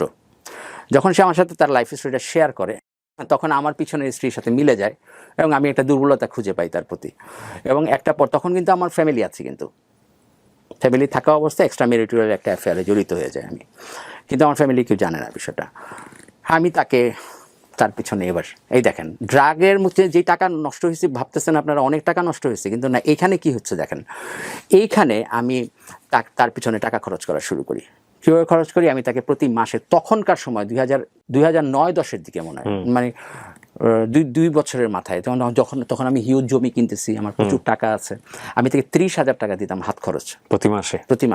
সে ক্যান্টনমেন্টের একটা বাসায় থাকতো, তার হাজব্যান্ড ড্রাগ এডিক্টেড। আমি আমার নাম পরিচয় গোপন রেখে আমি তার হাজব্যান্ডকে রিহ্যাব সেন্টারে ভর্তি করাই, যেখানে আমি ভর্তি হয়েছিলাম। তো ওখানে ভর্তি করাই, তাকে সুস্থ করে নিয়ে আসি। তার ক্রেডিট কার্ড ছিল অনেকগুলো, প্রায় 10-12টা ক্রেডিট কার্ড ছিল। ওগুলো 3-3.5 আমার মনে আছে, আমি বনানী থেকে গুলশান 2 নাম্বার পর্যন্ত হাতের ডানে বামে যতগুলা ব্যাংক আছে সবগুলা ব্যাংকে এই বেটায় ক্রেডিট কার্ড করে রাখছে। মানে ক্রেডিট কার্ড করে টাকা উঠে ড্রাগ কিনে খায়। তা আমি তো এদের চরিত্রটা জানি, যার কারণে আমি মেয়েটার প্রতি দুর্বলতা চলে আসে। এবং আমরা কিন্তু অন্য কোনো রিলেশনশিপে যাইনি, কারণ সে বলছিল যে বিবাহিত ছেলে মেয়েদের মধ্যে রিলেশনশিপ আর কি, এইরকম একটা রিলেশনশিপ হবে, তারপর ডাস্টবিনে ছুঁড়ে ফেলে দিবে। এই কথাটা আমার খুব লাগছিল গায়ে, যার কারণে আমি তার সাথে ওই ধরনের কোনো রিলেশনশিপে যাইনি। যখন তার হাজব্যান্ডের টাকাগুলো আমি দিচ্ছি, 4.5 লাখ টাকার মতো আমি দিচ্ছি তখনকার সময়, 4.5 লাখ টাকা শুধু বিল পেমেন্ট করছি। এই ক্রেডিট কার্ড প্রায় আমার মনে আছে 11টা না 12টা ব্যাংকের ক্রেডিট কার্ড ছিল। এই টাকা খরচ করা শুরু করলাম। দেখেন, এক পর্যায়ে সে ফিরে আসলো, তাকে খুব মারধর করতো, এটা আমার খুব খারাপ লাগতো। তাকে মারধর করতো এবং পরে তাকে আমি ইনসিস্ট করি যে তুমি তাকে ডিভোর্স দিয়ে দাও। বহুদিন পরে আমি দুপুরবেলা খাওয়া দাওয়া করার পরে দুনিয়ার সমস্ত ক্লান্তি নিয়ে একটা গল্প শুনতে বসছি এবং আমার ঘুম ছুটে গেছে। আমার গল্প নিয়ে আমার পডকাস্টিং আছে অনেকগুলো, যদি আপনারা দেখে থাকেন। 10 মিনিট স্কুলে আছে, ইয়াহিয়া আমিনের সঙ্গে আছে, ওখানে আমি বলেছি যে আমি গল্প শুনতে বসি দুনিয়ার সমস্ত পেইন, যত ঝামেলা আছে, শরীর টায়ার্ড, এই অবস্থায়। তখন যদি কোনো গল্প আমাকে ইমপ্রেস করে, আমি বিশ্বাস করি আমার দর্শকদেরকেও ইমপ্রেস করবে। সো আজকের এই গল্পটা আমাকে ইমপ্রেস করেছে। আমি জানি না আপনাদের কেমন লাগছে। চলুন। ওকে আমি ডিভোর্স দেওয়ার জন্য ইনসিস্ট করি। রাইট। ওদের বাড়ি হচ্ছে রাজশাহীতে, ওর বাবা মা আর একটা বোন একটা ভাই আছে। ডিভোর্স দেওয়ার জন্য ইনসিস্ট করছেন ফর হোয়াট? ওকে মারে যে। কিন্তু আপনি ডিভোর্স নেওয়ার পরে ওকে আপনি বিয়ে করবেন এরকম? না না না না, বিয়ে করি না। আমি বলছি যে আমি তোমাকে চালাবো, আমি তোমাকে খরচ দিব, হ্যাঁ তোমার যাবতীয় যা নিডস আছে, বাট তুমি ডিভোর্স দাও। তার টর্চারিং এর হাত থেকে বাঁচাও, তাকে টর্চারিং হাত থেকে বাঁচাও। সে এমনও হয়েছে, ওই লোকটা আপনার খুব ডিজিটালি, সে খুব ডিজিটাল প্রিন্টিং ইন্ডাস্ট্রির সাথে জড়িত ছিল এবং খুব ভালো ডিজাইনার ছিল। ওই লোকটা আমারও একটা অর্ডার চলতেছে এরকম একটা ফ্যাক্টরির সাথে, সে চিটিং করে, টাকা নিয়ে প্রতারণা করে। ওই ফ্যাক্টরির মালিক আবার তাকে পুলিশের হাতে উঠে দিতে চেয়েছিল। আমি হস্তক্ষেপ করে তাকে আবার পর্দার আড়াল থেকে তাকে বের করে নিয়ে আসছি। তারপরে যদি এই মেয়েটার গায়ে সে হাত উঠায়, তখন আমার কাছে খারাপ লাগে। তখন কিন্তু আমরা গার্লফ্রেন্ড বয়ফ্রেন্ড হয়ে গেছি, এরকম একটা রিলেশনশিপ। আমার তার প্রতি প্রচণ্ড ফিলিংস এটা চলে আসে। আমি জানি না একটা স্টোরি শেয়ার করা ঠিক হবে কিনা। আমি যখন তার সাথে যাই 1 বছর পরে, তখন বিশ্বাস করবেন ভাইয়া, ওর যখন আপনার একটা ড্রেস যখন সে ওপেন করে, তখন তার পিঠের মধ্যে লাল লাল দাগ ছিল। এবং এইটা আমাকে এত বেশি হিট করে ব্রেইনে। একটা জিনিস মনে রাখবেন, তখন কিন্তু আমি সুস্থতার মধ্যে কিন্তু আমাদের সুস্থ ছেলেগুলা ড্রাগস থেকে ফিরে আসার পরে কিন্তু খুব সেন্সিটিভ হয়, প্রচণ্ড ইমোশনাল হয়। তো আমার এই ইমোশনটার কারণে তখন আমি তার সাথে কোনো রিলেশনে যেতে পারিনি। আমি আবার তার ড্রেসটা পরাইছি তাকে। এই যে পর্যায়টার মধ্যে তার যে মারের দাগগুলো দেখছি না, তখন আমার কাছে মনে হয়েছে দুঃসাল, টাকা তো খরচ করতেছি, ওরে তুমি ছেড়ে দাও, আমি দেখবো। বিয়ে শাদির ব্যাপার পরে চিন্তা করা যাবে। তোমার সাথে আমার বয়সের ডিফারেন্স কিন্তু অনেক বেশি। তখন তার বয়স হচ্ছে মাত্র 21 বছর বয়স, আর আমার তখন বয়স 34 বছর বয়স, এরকমই হবে। তো সে আমাকে কেনই বা বিয়ে করবে? তার লাইফটা তো আরও ভালো হতে পারে, তাই না? সো আমি তাকে বিয়ের ব্যাপারে কোনো প্রেশার দিইনি। ফার্স্ট জব হচ্ছে তুমি তাকে ডিভোর্স দাও, দেওয়ার পরে সে দিয়ে দিল, দেওয়ার পরে তোমার ফ্যামিলিকে নিয়ে আসো ঢাকায়। ওই ফ্যামিলিকে আমি উত্তরাতে 11 নম্বর সেক্টরে আমি তাকে একটা বাসা ভাড়া করে দিই। ডিভোর্স দিয়ে দিল সে? হ্যাঁ, ডিভোর্স দিয়ে বাবা মার সাথে চলে আসলো। দেখেন আমি কিন্তু লাইফটাকে ইজি করে দিছি তাকে। এরপর তোমার শখ কি? এরপরে আমার শখ হচ্ছে যে আমি এইচএসসি পাস করছি, আমার খুব শখ আমি পড়াশোনা করব। উত্তরা আইয়ুবাট থেকে আমি তাকে আইয়ুবাটে ভর্তি করাই বিবিএ কমপ্লিট করানোর জন্য। তখন আমি ক্যাশ মনে হয় 4 লাখ টাকা দিই একসাথে, বিবিএ কমপ্লিটের সম্পূর্ণ খরচটা। দেখেন আমি কিন্তু তাকে পিঠে পাখা গজায় দিছি, সে কিন্তু উড়া শুরু করছে, তাই না? আর আমার গার্লফ্রেন্ড, সবচেয়ে বড় কথা লাগে আমার ভিতরে একটা ভাবি ছিল অন্যরকম। আমি তাকে নিয়ে ট্রাভেল করি, বিভিন্ন জায়গার মধ্যে ট্রাভেল করি, বাট আমি এতটাই মানে ট্র্যাক্টফুলি লাইফ লিড করতাম, সরি এতটাই কশাসলি লাইফ লিড করতাম যে আমার ফ্যামিলি এই বিষয়গুলো সম্পর্কে কিছুই জানতো না। তো এরপরে আসেন একদম এটা শর্টকাট করে ফেলি। এই স্টোরিটা বলতে গেলে আমার খুব প্রবলেম হয়। আমি কিন্তু মেজর হার্ট অ্যাটাকের একজন পেশেন্ট। আমি কিন্তু এখন ওষুধের উপরে বেঁচে আছি। আমি আপনাকে একটা লাইন লিখেছিলাম না ইমেইলে, মনে আছে কিনা আপনার, যে I am going to die soon, তাই না? আপনি হাসছিলেন কিনা জানি না, যে আপনি ভাবছেন যে এটা হয়তো একটা স্টান্ট হতে পারে, বা এটা হয়তো আপনার শোতে আসার জন্য একটা প্রচুর লোক লেখে। হ্যাঁ, কিন্তু এইটা মেসেজ না, আমার কাছে এখানে আপনার কাছে রিপোর্ট আছে, এখানে দেখেন, দেখেছি আমি ওষুধের প্রেসক্রিপশন। আমার এখানে একটা ইকো টেস্ট রিপোর্ট আছে, ওখানে আমার হার্টবিট কিন্তু এই এইজের স্ট্যান্ডার্ড অনুযায়ী হওয়ার কথা হচ্ছে 54, কিন্তু এখানে আছে হচ্ছে 40। But I need to know, because আপনি যতটুকু পারেন বলেন। হ্যাঁ, কি হয়েছে? আচ্ছা, এখন আমি তার আসি। তো এই গল্পটা বলতে গেলে আমার একটু ফিজিক্যালি প্রবলেম হয়। হ্যাঁ, আমি একটু রেস্ট নিয়ে বলবো। এখন আচ্ছা, এর মধ্যে আমি আমার সেকেন্ড কোম্পানি করি, সেকেন্ড বাইং হাউস। এটা কি জানেন, সেটা হচ্ছে যে এটা হচ্ছে আমার লাইফের আরও বড় টার্ন। আমি এইচবিএমে কাজ করা অবস্থার মধ্যে আমার সাথে ওয়ার্ল্ডের 6th লার্জেস্ট একটা কোম্পানি আছে, আপনি নাম শুনেছেন, Fox TV, Fox news, Fox media, Fox movie, Fox animation, Fox sports, Fox live, Fox fashion. It's a very big company. ওদের সাথে আমার গার্মেন্টসের ব্যবসা নিয়ে কথাবার্তা হয়, পরিচয় হয় ওই অনলাইনের মাধ্যমে, B2B ওয়েবসাইটের মাধ্যমে।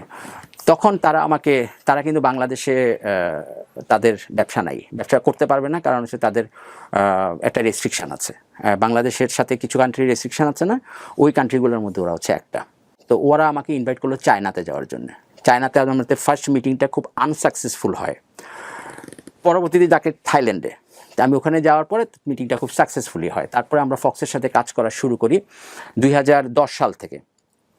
2010 সাল থেকে 2012 সাল পর্যন্ত আমি ফক্সের এইচবিএমের মাধ্যমে ফক্সের মাল এক্সপোর্ট করতাম, বেশ বড় বড় quantity, 1 lakh piece, 8 lakh piece, 10 lakh piece. এটা ওরা কতটা বড়, আমি আপনাকে ছোট্ট একটা উদাহরণ দিই। 2016 সালে আমি শুধুমাত্র 6 মাসে, তো আমাদের একটা সিজন হয়, মানে 2টা সিজনে কিন্তু বাইং হাউসের ব্যবসাগুলো চলে, স্প্রিং সামার আর হচ্ছে অটোম উইন্টার। আমি 6 মাসের একটা সিজনে 8 কোটি পিস গেঞ্জি এক্সপোর্ট করছি বাংলাদেশ থেকে, 8 কোটি। আপনি যদি আমাকে 1 টাকা করে লাভ দেন তাহলে আমার 8 কোটি টাকা হয়। 2 বছর ব্যবসা করার পরে ওরা আমাকে ব্যাংককের রাস্তার মধ্যে, এই দেখেন, এই কারণে আমার ব্যাংককের স্ট্যাম্প এত বেশি, কারণ হচ্ছে যে আমার থাইল্যান্ডে তখন ফ্রিকোয়েন্টলি যেতে হচ্ছে ফক্সের মিটিংয়ের কারণে। বাংলাদেশ থেকে গার্মেন্টসের মালিকগুলোকে নিয়ে যেতাম, আমি মিডিয়া হিসাবে কাজ করছি, আমাকে ওরা একটা পার্সেন্টেজ দিত। পরে ওরা থাইল্যান্ডের ব্যাংককের রাস্তায় হাঁটতে হাঁটতে প্রায় রাতের বেলা আমাকে বলতো, ফক্সের যে ওনার 2টা মেয়ে এবং বড় মেয়ের জামাই হচ্ছে আমার সাথে কাজ করে, ও বলতো যে আমাদের খুব শখ বাংলাদেশ একটা অফিস করার, আমার তো বিশ্বস্ত লোক দরকার একজন। তাই আমি বলতে, করো, অসুবিধা কি, আমি তোমাকে হেল্প করবো। তো বলতে ঠিক আছে, তাহলে আমরা করি। আমরা হ্যাঁ, কয়েকটা একটা কন্ডিশন আছে। মানে কী কন্ডিশন দেখেন, চরিত্রটা কি কন্ডিশনটা হচ্ছে তোমাকে এইচবিএম ছেড়ে দিতে হবে। আমি বললাম যে আমি হাসতে হাসতেই বলছি, তোমার কত বড় সাহস যে তুমি আমার কোম্পানি ছেড়ে দিতে বলতেছো। তারপরে তারা রাজি হয় না। 6 মাস পরে আবার ঘুরে এসে বলে যে ঠিক আছে, আমরা রাজি আছি, তুমি এইচবিএমেও থাকবা, আমাদের অফিসেও থাকবা, কিন্তু এইচবিএমে যাইতে পারবা না, এইচবিএমে বসতে পারবা না, ঠিক আছে? আমি এই প্রস্তাবটাতে রাজি হই এবং আমি আমার পার্টনারদেরকে বুঝাই, কারণ পার্টনাররা খুব মাইন্ড করছিল আমার উপরে যে আমি বায়ার ছুটে নিয়ে যাচ্ছি, বুঝছেন না, একটা ব্যাপার স্যাপার আছে না এখানে, ব্যবসার তো ব্যাপার এটা। তা আমি তাদেরকে বোঝানোর চেষ্টা করলাম যে আমি যদি যাই তারপরেও ফক্স অফিস করবে এখানে, যদি না যাই তাও অন্য কাউকে দিয়ে অফিস করবে। গেলে বরং যেটা লাভ হবে সেটা হচ্ছে যে আমি ওখান থেকে যদি কিছু অর্ডার পাই, ওখান থেকে তোমাদেরকে কিছু দিলাম, হ্যাঁ, তোমাদেরকে একটা বুতামের অর্ডার দিলাম, বা গার্মেন্টসে তো ব্যবসার অভাব নাই, তাই না? এইভাবে তাদের কনভিন্স করে আমি ফক্সের অফিসটা চালু করি, বাড়িধারা ডিওএইচএস। এইচবিএম অফিস হচ্ছে নিকুঞ্জতে। ফক্স আমাকে $1,20,000 ক্যাশ দেয় শুধু অফিসের ডেকোরেশন করার জন্য। 1 কোটি টাকা, স্ট্রেট 1 কোটি টাকা। আমি অফিসে ডেকোরেশন করি সেই রকমভাবে। চরিত্রটার ব্যাপারে মনে আছে আপনার, সে কী পরিমাণ পয়সা খেতাম, 2 নম্বরই কাকে বলে, কত প্রকার এবং কী কী সংজ্ঞা সহ উদাহরণ দিতে পারতাম আমি মার্চেন্ডাইজিং জগতে। এই লোকটার সাথে পরিচয় হওয়ার পরে আমাকে বলল যে মাই ফ্রেন্ড, আমরা একটা স্ট্র্যাটেজি আছে ব্যবসার মধ্যে। আমি অনেক কিছু শিখছি তাদের কাছ থেকে। 1 নাম্বার পয়েন্ট হচ্ছে my friend, try to be honest and don't tell lie. আমার তো এই দুইটাতেই সমস্যা আছে, তাই না? তো এখন আমাদের যদি সেই কথা বলে, আমি বললাম যে আই এম সরি, আমি তো এই দুইটাতেই প্রবলেম আছে আমার। আমি কিন্তু ওরে বলে ফেলছি সব কিছু। সে হাইসা দিচ্ছে, হাইসা বলছে যে রিয়েলি, যে হ্যাঁ রিয়েলি, আমি ফ্যাক্টরি থেকে ঘুষ খাই, ফ্যাক্টরি থেকে পয়সা খাই, হ্যাঁ, আর তোমার এখানে আসলে আমার ফ্যাক্টরি থেকে পয়সা খেতে পারবো না, শুধু তুমি আমাকে বেতন দিবা। কয় না, বেতন দিব, পাশাপাশি আমি তোমাকে পার্সেন্টেজ লভ্যাংশ দিব, কারণ তুমি আমার পার্টনার। আমি $5,000 স্যালারি আমার তখন, 80 টাকা করে ডলার যদি হয় 4 লাখ টাকা হয়। কিন্তু এখানে কথা আছে, মাস শেষে 6 মাস পরে যখন হিসাব টান দেওয়া হবে এক্সপোর্ট ভলিউমের উপরে, তখন কিন্তু তারা টাকাটা আমার কাছ থেকে আবার রিটার্ন নিয়ে নেবে। কেন নিয়ে নেবে? কারণ আমি এখানে জব হোল্ডার না, আমি হচ্ছে ওদের পার্টনার। বাট $5,000 দিচ্ছে হচ্ছে আমার ফ্যামিলি সার্ভাইভ করানোর জন্য, আর কিছু না, প্রতি মাসে। এটা একটা রেমুনেশন হিসাবে। বাট 6 মাস পরে টোটাল অ্যামাউন্টে যে লাভটা হবে আমার, সেই টাকা থেকে কিন্তু $530,000 ওরা মাইনাস করে দিবে। আমার প্রথম প্রফিট মার্জিন ছিল 3%। তারপরে যখন ভলিউম বাড়ছে তখন হয়েছে 2%। 2%ই আমার হিউজ পরিমাণ টাকা চলে আসতো 6 মাসে। হ্যাঁ, $80,000 থেকে শুরু করে $1.5 লাখ, $2 লাখ পর্যন্ত আসতো। ফক্স নামে হয় এটা না? ফক্স বাংলাদেশ। ফক্স বাংলাদেশ না? হ্যাঁ, ফক্স বাংলাদেশ। কিন্তু এবং এই অফিসটাতে কোনো লিমিটেড কোম্পানি হয় না, এটা প্রোপ্রাইটারশিপ কোম্পানি হয়, এবং আমি হচ্ছে একক মালিকানাধীন কোম্পানি। এটা প্রায় 38টা ছেলে ওখানে জব করে। কত সালে? আমাদের 1.5 কোটি টাকা শুধু বেতন আসে। কত সালে এটা? 2012 সালে। কোথায় হলো এই অফিসটা? এটার উপর একটা ভিডিও আছে ইউটিউবের মধ্যে। এটা এখন এক্সিস্ট করে বাংলাদেশে? না, এখন আর নাই। এখন আর নাই। আমি যেহেতু নাই, এখন আর নাই। ওকে। টাকা আসে হচ্ছে থাইল্যান্ডে। টাকা তো বাংলাদেশ ঢুকতে পারে না, ডলার হিসেবে? ডলার হিসাবে আসে। ওখানে থাই বাত হিসাবে জমা হয়। তখন কিন্তু থাইল্যান্ডে আমার 3rd অফিস ওপেন হয়, ধ্রুব টিএইচ লিমিটেড, থাইল্যান্ডে। ওটা লিমিটেড কোম্পানি। আপনার ইন্টারে পড়া হয় নাই? গ্রাজুয়েশন কমপ্লিট করছি। এর মধ্যে না, ওই যে বিয়ে করার সময় বউ শর্ত দিছিল যে অ্যাট লিস্ট তোমাকে বিএসএস পাস করতে হবে। না, কারণ হচ্ছে যে ম্যানেজমেন্টে অনার্স একটা মেয়ে, তাই না? বাবার কাছে কি বলবো, 1100 টাকা বেতন পায়, ইন্টারমিডিয়েট পাস, এটা কোনো একটা যোগ্যতা হলো? তাই বললাম তাও তো কথা। আমি ডেডিকেশন নিয়ে কিন্তু মনে করেন যে 2 মাসের মধ্যে বিয়ে পাস করে ফেলছি। বিয়ে পাস করে প্রাইভেট পরীক্ষা দিয়ে বিয়ে পাস করছি। জাস্ট যখন খবর আসে বিয়ে পাস করি, তাতেই আমার বিয়ে হয়ে যায়। আপনি থাইল্যান্ডের কথা বলছিলেন, থাইল্যান্ডে একটা অফিস? আমি একটা ধ্রুব টিএইচ নামে একটা অফিস করি। আমি তখন ইউরোপে ট্রাভেল করি, সুইজারল্যান্ডে। আমি জাস্ট এমনি মজা করার জন্য একদিন একটা গ্যামলিং করছি। মজা করার জন্য রেডিসন ওয়াটার গার্ডেন হোটেলে আমি এবার জুয়া খেলতে গেছিলাম। এই স্টোরিটা ভাইয়া আমার ফ্যামিলিও জানে না, আমার হাতে গোনা 2-1 জন মানুষ জানে, আমার অ্যাকাউন্টেন্ট সাহেব জানে। আমি ওখানে হেরে যেতে যেতে যেতে লাস্ট পর্যায়ে হঠাৎ করে আমি একটা দান মারছি, এবং সেটা এত বড় পরিমাণ ছিল, ওইটা ছিল প্রায় 46,000 ফ্রা, 46,000 সুইস ফ্রা। বাংলাদেশি টাকায় তখন 47 টাকা করে সুইস ফ্রা। আপনি হিসাব করেন প্রায় 20 লাখ টাকা, 30 লাখ টাকার মতো হয়। এই টাকাটা যখন আমি পাওয়ার পরে আমার ফ্রেন্ড, সুইজারল্যান্ডের ফ্রেন্ড বলতেছিল যে এটা কী করবা। আমরা তখন রাস্তার মধ্যে হাঁটতেছিলাম, হঠাৎ করে আমাকে বলতে হয় যে কাজ করো, সুইস ব্যাংকে একটা অ্যাকাউন্ট করো। আমি ওরে বাবা, সুইস ব্যাংক, এটা তো মানে বাংলাদেশের জন্য অনেক বড় একটা বিষয় না? বাংলাদেশের মন্ত্রী মিনিস্টারদের টাকা থাকে এই ব্যাংকের মধ্যে, এই ব্যাংকের অনেক ব্যাপার স্যাপার আছে, হ্যাঁ, এটা চাইলেও ব্যাংকে অ্যাকাউন্ট করা যায় না। তখন আমি ইউবিএস এর সামনে দাঁড়ানো, অর্থাৎ ইউবিএস হচ্ছে সুইজারল্যান্ডের মাদার কনসার্ন। তো বললেন যে তা এখানে ঠিকানা লাগবে না? ঠিকানা লাগবে, অনেক কিছুই লাগবে। বলে যে ওগুলো সব আমি দিব। হ্যাঁ, চলো অ্যাকাউন্ট করাই দিই তোমাকে। আমি সুইস ব্যাংকে একটা অ্যাকাউন্ট করি। এই বিদেশে আমার 2টা অ্যাকাউন্ট, একটা সুইস ব্যাংকে একটা অ্যাকাউন্ট আছে, থাইল্যান্ডে একটা অ্যাকাউন্ট আছে। ওখানে আমার ওই টাকাটা জমা আছে। ওই টাকাটা এখন ফুলে ফেপে ধরেন প্রায় হয়ে গেছে। এটা ডিপিএস করা ছিল, টাকাটা টাচ করা হয়নি। এটা ইনফরমেশান আপনার মাধ্যমে জানাইলাম। এগুলো হচ্ছে আমার সফলতার স্টোরি। তারপরে থাইল্যান্ডে চলে আসেন। তো সুইস ব্যাংকে আমার একটা অ্যাকাউন্ট আছে এই মুহূর্তে। আর থাইল্যান্ডে আমি ছোটো ছোটো 2টা অ্যাপার্টমেন্ট কিনি, কন্ডো টাইপের, 600 স্কোয়ার ফিটের, আপনার এই অফিসটার মতো এরকম। তো এই 2টা প্রপার্টিজ আমার আছে। 4 বছর আমরা প্রেম করছি একসাথে, 4 বছর একসাথে ছিলাম। আর যেহেতু মোবাইল নাম্বার রোমিং করা ছিল, ফ্যামিলি ধরতে পারতো না। তো আমি তার সাথে ওইভাবে ডেট করতাম। বিবিএ কমপ্লিট হওয়ার পরে তার স্বপ্ন হচ্ছে এমবিএ করার জন্য। আমার স্বপ্ন হচ্ছে এমবিএ করাবো এবং আমি মালয়েশিয়া যাব, মালয়েশিয়া থেকে তাকে এমবিএ করাবো, এরকম একটা স্বপ্ন আমার। তো ওই সিচুয়েশনটার মধ্যে ফক্সের সাথে আমার কাজ করা অবস্থায় আমার বেশ কিছু টাকা জমে গিয়েছিল, কিছু টাকা পেন্ডিং হয়ে গেছিল, প্রায় $65,000। এই টাকাটা নিয়ে আমি খুব টেনশনে ছিলাম ওই পর্যায়ের মধ্যে। তখন কিন্তু তার মালয়েশিয়া যাওয়ার জন্য আমি মালয়েশিয়াতে গেছি, গিয়ে ওখানে দেখে টেকে আসছি, ইউনিভার্সিটির সাথে কথাবার্তা বলে আসছি, ও যাবে, বাসা নেবে, আমরা এইভাবে যাব, স্বপ্ন বড়। ও ভাইয়া, এর মধ্যে আরেকটা ঘটনা আছে, সেটা হচ্ছে যে 1 বছর তার সাথে আমার একটা গ্যাপ হয়। 1 বছর আমি তাকে বলছিলাম না যে তোমার ভালো ছেলে পেলে বিয়ে করে ফেলো, এরকম বলছিলাম, তোমার বয়স কম আছে। সে কি করছে, আমি থাইল্যান্ড থাকা অবস্থার মধ্যে আমার একটা ফ্রেন্ড ফোন দিয়ে আমাকে বলতে চাই যে উত্তরাতে আমরা ওকে দেখলাম একটা কালো ছেলের সাথে। কালো ছেলে বলতে শ্রীলঙ্কান বা ইন্ডিয়ান কোনো একটা কিছু হবে। তা আমি দেখলাম, আমি বললাম তাই নাকি? বলে যে হ্যাঁ। পরে আমি বাংলাদেশে ব্যাক করার পরে এসে দেখি তার মোবাইল বন্ধ। সে 1 বছরের ব্যবধানে চলে যায় এবং কোথায় যায় আমি কিছু জানি না, তার মোবাইল বন্ধ টন্ধ। দেখেন 1 বছর পরে সে আমাকে হঠাৎ করে আরেকবার ফোন দেয়। আমার চরিত্রের সবচেয়ে বড় খারাপ দিকটা হচ্ছে যে আমি আসলে একটা মানুষের উপর নির্ভরশীল হয়ে যাই। এটা কখনোই হওয়া উচিত না, কোনো রিলেশনশিপের ক্ষেত্রে কখনো নির্ভরশীল হওয়া উচিত না। একটা মেয়ে সারা জীবন চায় কি যে তার ছেলেটা যাতে ঘাটটা ঘুরে অন্য কারো দিকে না তাকায়। আর আমার ক্ষেত্রে হচ্ছে উল্টা। আমি যখন একটা মেয়ের প্রতি আমি ডিপেন্ডেন্ট হয়ে যাচ্ছি, তখন হয়েছে কি যে ভাইয়া এটা কি বলবো, প্রতিটা মানুষের শরীরের মধ্যে কিন্তু একটা ঘ্রাণ আছে। আর এই ঘ্রাণটা যখন আপনার নাকের মধ্যে ঢুকে যাবে, তখন কিন্তু আপনি চাইলেও আর অন্যদিকে যেতে পারবেন না। অন্তত আমি পারি না যেতে। 1 বছর পরে যখন সে ব্যাক করে আমাকে কল দেয়, আমি বেহায়ার মতো তাকে বললাম যে আসো আবার। মাঝখানে কি হয়েছে আমি আর জানার দরকার নেই, আমি জানছি যে একটা শ্রীলঙ্কান ছেলে সে সংসার করছে, এই সেই, বিয়ে করে নাই, তা আবার ফিরে আসছে। ফিরে আসার পরে আমি তাকে নিয়ে আবার ট্রাভেলিং করা শুরু করলাম। আমার মনে হয় এগুলো কিছুই ঘটে নেই, এরকম আর কি। 1 বছরের গ্যাপ কোনো ব্যাপারই না। যাই হোক, সে ফিরে আসছে। কমিটমেন্ট ছিল যে যদি কোনো দিনও কোনো পরিস্থিতি ক্রিয়েট হয় এরকম যে আমার সংসার ভেঙে গেছে বা এরকম, দেন আমরা বিয়ে করব, কোনো সমস্যা নেই। দেখেন ওর পিঠের মধ্যে আমি পাখা করে দিলাম, ও উঠতেছে, হ্যাঁ আমার কারণে উঠতেছে। আমি থাইল্যান্ডে গেলাম, ক্লায়েন্টের সাথে কথা বললাম টাকাটার ব্যাপারে। আমি তখন তাকে খুব মিস করি ঢাকায়। তখন আমি ঢাকায় আমার পার্টনারদেরকে ফোন দিয়ে, ওই যে HBM এর ওদেরকে ফোন দিয়ে বললাম যে ওর একটা ভিসা করায় দাও, ওকে আসতে বললো থাইল্যান্ডে। এটির ব্যাপারটা সবাই জানে মোটামুটি। তো আমি তাকে বললাম, সে একা একা থাইল্যান্ডে ট্রাভেল করে চলে আসে। সবাই বলতে কি আপনার ফ্যামিলি তখন? না, আমার পার্টনাররা। ওকে। আমার 2টা পার্টনার। তো তারা ভিসা করায় দিল, সে চলে আসলো। থাইল্যান্ডের ব্যাংকে তখন আমার প্রায় 3-4 লাখ বাতের মতো ছিল, কারণ আমি কিন্তু টাকা পয়সাগুলো ল্যান্ডে ইনভেস্ট করে ফেলছিলাম। তো আর প্রতি মাসে কিন্তু অনেক টাকা খরচ, বুঝছেন, তখন খুব ল্যাভিশলি লাইফ লিড করতেছি। তো ও চলে আসলো।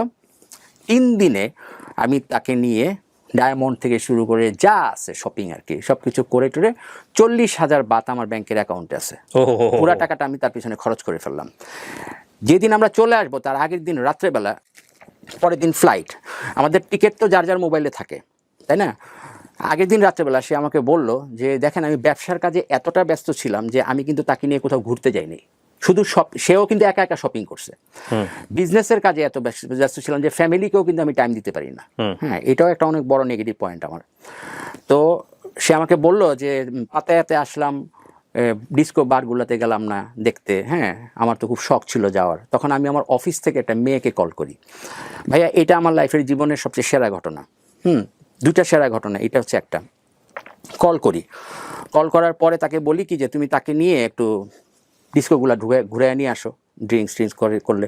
তাকে কিছু টাকাও দিয়ে বললাম যে মোবাইলটা খোলা রাখবা আর টাকাগুলো হাতে রাখবা, সাবধানে থাকবা, মোবাইলটা বন্ধ রাখবা না। কারণ আমি জানি থাইল্যান্ডের সিস্টেম কি, যে মোবাইলটা যদি ভ্যানিটি ব্যাগে রাখে তাহলে ডিস্কোর সাউন্ডে কিন্তু তখন তাকে ধরতে পারবো না আমি। তাকে বলছি মোবাইলটা হাতে রাখবা। চলে গেল। 12টা পর্যন্ত ওয়েট করছি। ওয়েট করবার 12:30টার দিকে আমি তাকে একটা কল দিচ্ছি। কল দেওয়ার পরে দেখি মোবাইলটা বন্ধ। পরে আমি আমার অফিসের মেয়েটাকে ফোন দিছি, তারটা মোবাইল বন্ধ। 1টা, 1:30, 2টা, আর এটা আধা ঘন্টা পর পর কল দিচ্ছি, মোবাইল বন্ধ। 4:30টার দিকে সে দরজা নক করছে, ভোর 4:30টায় দরজা নক করে সে দরজায় ঢুকেই বলতেছে যে আমি খেতে চাই না, আমাকে খাওয়াই দিয়েছে। মানে ও প্রচণ্ড ড্রাঙ্কস আর কি সে। পরে আমি তাকে কোলে করে নিয়ে খাটের মধ্যে শোয়াইলাম। শোয়ানো অবস্থার মধ্যে তখন দেখেন আমি এই যে 12টা থেকে 4টা পর্যন্ত এই যে 4টা ঘন্টায় আমার টেনশনটা কোথায় উঠে। পাতায়া সিটিটা আমি খুব ভালোভাবে চিনি, কিন্তু আর আমি একটা মেয়েকে আফটারঅল তার সাথে আমার রিলেশনশিপ ইলিগাল হোক আর যাই হোক, কিন্তু আমি একটা মেয়েকে বাংলাদেশ থেকে নিয়ে আসছি, তাকে তো বুঝিয়ে দিতে হবে, আবার তার মা আছে, তার এই মেয়েটা গেল কোথায়। এই যে হাইপার টেনশনটা হয়, এবং আমার টাকার একটা সমস্যা $65,000, আমার হঠাৎ করে বুকে একটু ব্যথা হয়। তা আমি ওকে বললাম যে আমার বুকে ব্যথা করছে, সে ড্রাঙ্কস অবস্থায় বলে যে আমার বুকে চলে আসো।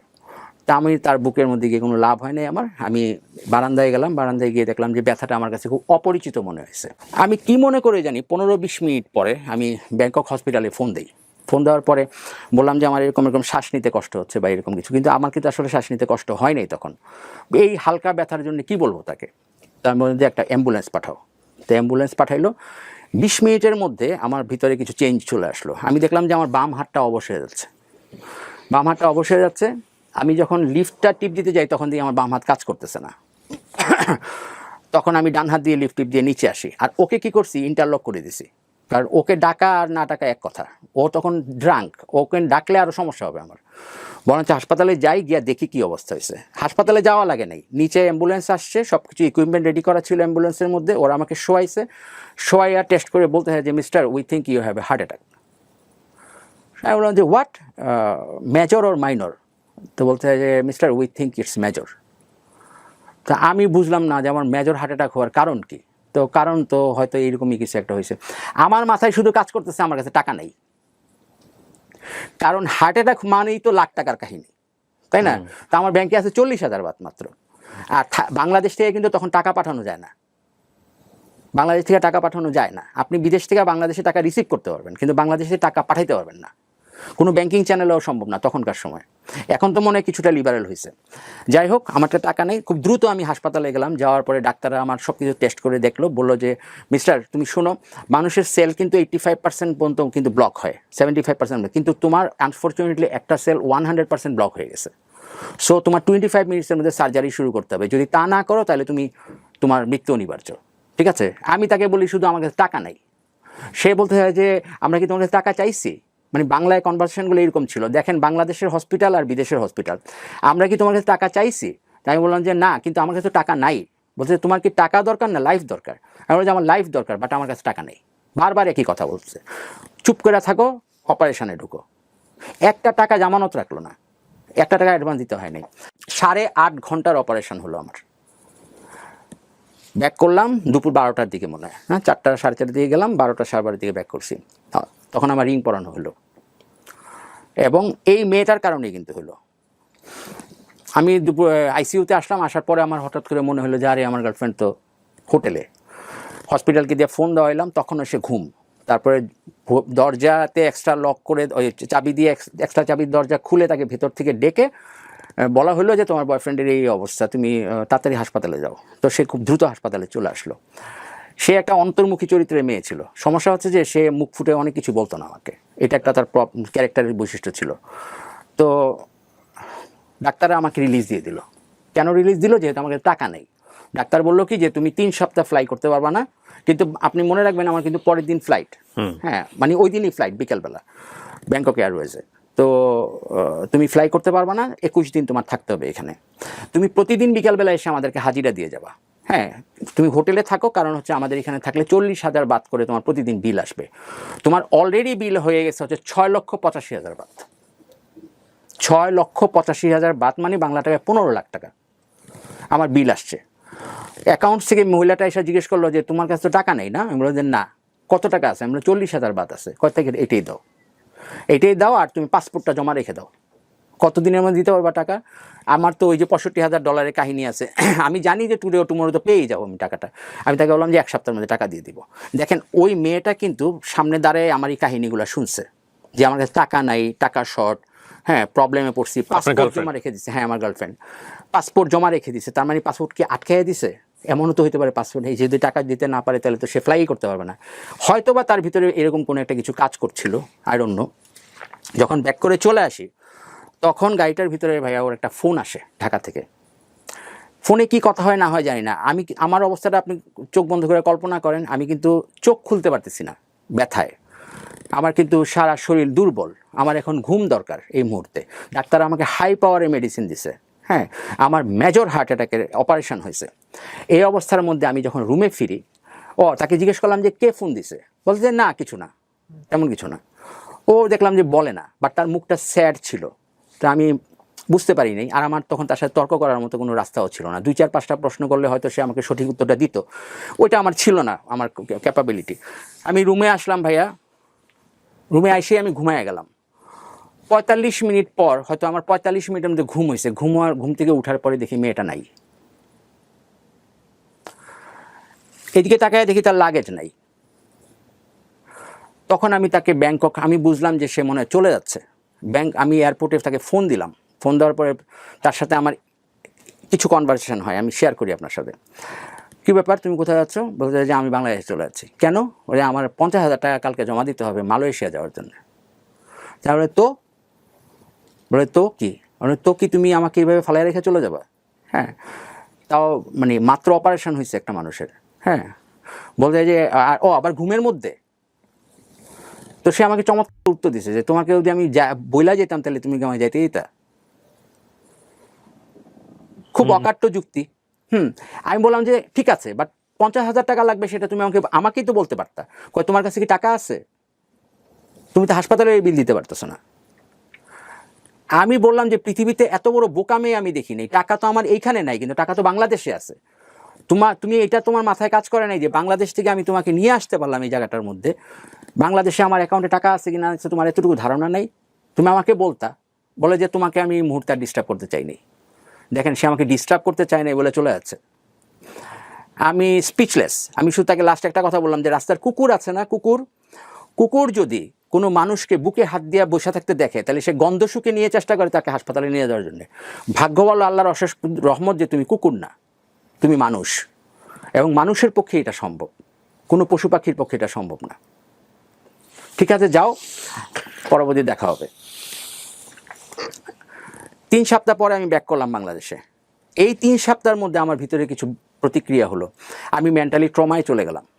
আমার এটা ব্রেনটা কতটুকু হিট করছে, এখানের যারা দর্শক আছে, যারা শুনতেছে আমার গল্পটা, আপনি কিবরিয়া ভাই, আপনারা কেউ এটা ফিল করতে পারবেন না। যদি ফ্যামিলি তখন জানে যে আপনার এইরকম একটা এক্সট্রা ফ্যামিলি, তো আমি ফ্যামিলিকে পরের দিন জানাইছি আমার স্ট্রোক হয়েছে, আমার হার্ট অ্যাটাক হয়েছে। এই মেয়েটার সাথে এক্সট্রা না না না না না না না না কিচ্ছু জানেন না, হয়তো হালকা পাতলা জানতেও পারে, বাট আমাকে কোনোদিন এগুলো নিয়ে চার্জ করে নাই। আর থাইল্যান্ডে যে একটা মানুষ ছিল ওইখানে, ওইটা কিন্তু আজকে পর্যন্ত কেউ জানে না, ফ্যামিলি তো নাই। আমি ট্রমায় চলে যাই। আমার মানসিক অবস্থাটা এমন ছিল যে আমি একটা মানুষকে হাতের তালুতে করে নিয়ে বড় করলাম, মানুষ করলাম, পড়াশোনা করাইলাম, হ্যাঁ, আর সে আমাকে কেমনে ফালাইয়া চলে আসে। So very learning story. আজকে হয়তো অনেকেই চিন্তা করবেন যে ওনার সামাজিক অবস্থাটা কী হবে গল্পের প্রেক্ষাপটে। ডেফিনেটলি, বিকজ বাংলাদেশের সামাজিক প্রেক্ষাপটে এই বিষয়গুলো নিয়ে মানুষকে আঙ্গুল তোলা খুব সহজ, আর যদি কেউ অকপটে এগুলো স্বীকার করে তাহলে তার লাইফ কালার করে দেওয়াটা অনেক সহজ। কিন্তু যারা শিক্ষণীয় কিছু নিতে চান এই গল্পটা থেকে, যে আমাদের সমাজে এরকম অনেক বড় বড় ধনকুবের আছেন যারা মাঝে মাঝে ধরা পড়লে তাদের গার্লফ্রেন্ডের অ্যাকাউন্টের খোঁজ খবর নিলেও দেখা যায় যে প্রচুর অর্থের মালিক, তারা কিছুটা হলেও শিক্ষা আজকের এই গল্প থেকে নিতে পারেন। সো কি হলো ভাই তারপরে? 3 সপ্তাহ পরে যখন আমি ব্যাক করি ঢাকায়, তখন আমি মেন্টালি ট্রমাতে ছিলাম, এবং আমি ডিসিশন নিয়ে নিলাম যে আমি সুইসাইড করব। কথাটা শুনতে যদিও ফানি লাগে, কিন্তু ওই সিচুয়েশনটা আমার এরকম ছিল যে একটা মানুষ আমার কীভাবে ফালাই আসতে পারে, তাহলে আমি কার উপরে ভরসা করব? আমার ফ্যামিলি নিয়ে আমার কোনো টেনশন নেই, কিন্তু এই জিনিসটা আমাকে এতটা হিট করে যে আমি চিন্তা করছি যে আমি সুইসাইড করব, এবং আমি ব্যবসা আর করবো না। আমি আইসা এয়ারপোর্টে নাইমা প্রথম যে কাজটা করলাম সেটা হচ্ছে আমি সিম কার্ডটা ফেলে দিছি মোবাইল থেকে খুলে। কেন? ব্যবসা করবো না, বাঁচার তো কোনো ইচ্ছা নেই। আপনার এত বড় সাম্রাজ্য বিজনেসের সেটাও ফেলে দিচ্ছেন? 8টা ক্লায়েন্ট। এবং সেই ক্লায়েন্ট মানে কি একেবারে ইন্টারন্যাশনাল লেভেলের, সুপ্রিম লেভেলের ক্লায়েন্ট যেটাকে বলে। আমি তো অনেক কিছু আনিনি গল্পে, অনেক কিছু হাইড করতে হয়েছে আমাকে। বিগেস্ট ক্লায়েন্ট যেটাকে বলে। হ্যাঁ, এখন এই এই এই পরবর্তী আরও একটা বছর, 2017 থেকে 2018, এই 1 বছরে আমি যে কাজগুলো করছি এগুলোর কোনো যুক্তি নেই, কোনো লজিক নেই। আপনি ওর সাথে মিট করেননি বাংলাদেশে না, আসার পর? আমার সাথে আজকে দিন পর্যন্ত দেখা হয়নি। ঘটনাটা ঘটেছে কত সালে? 2017-তে। 17-তে আমি স্ট্রোক করি, হার্ট অ্যাটাক করি। ওকে। ওই 17-তে মার্চ মাসে সে আমাকে ফেলে চলে আসে।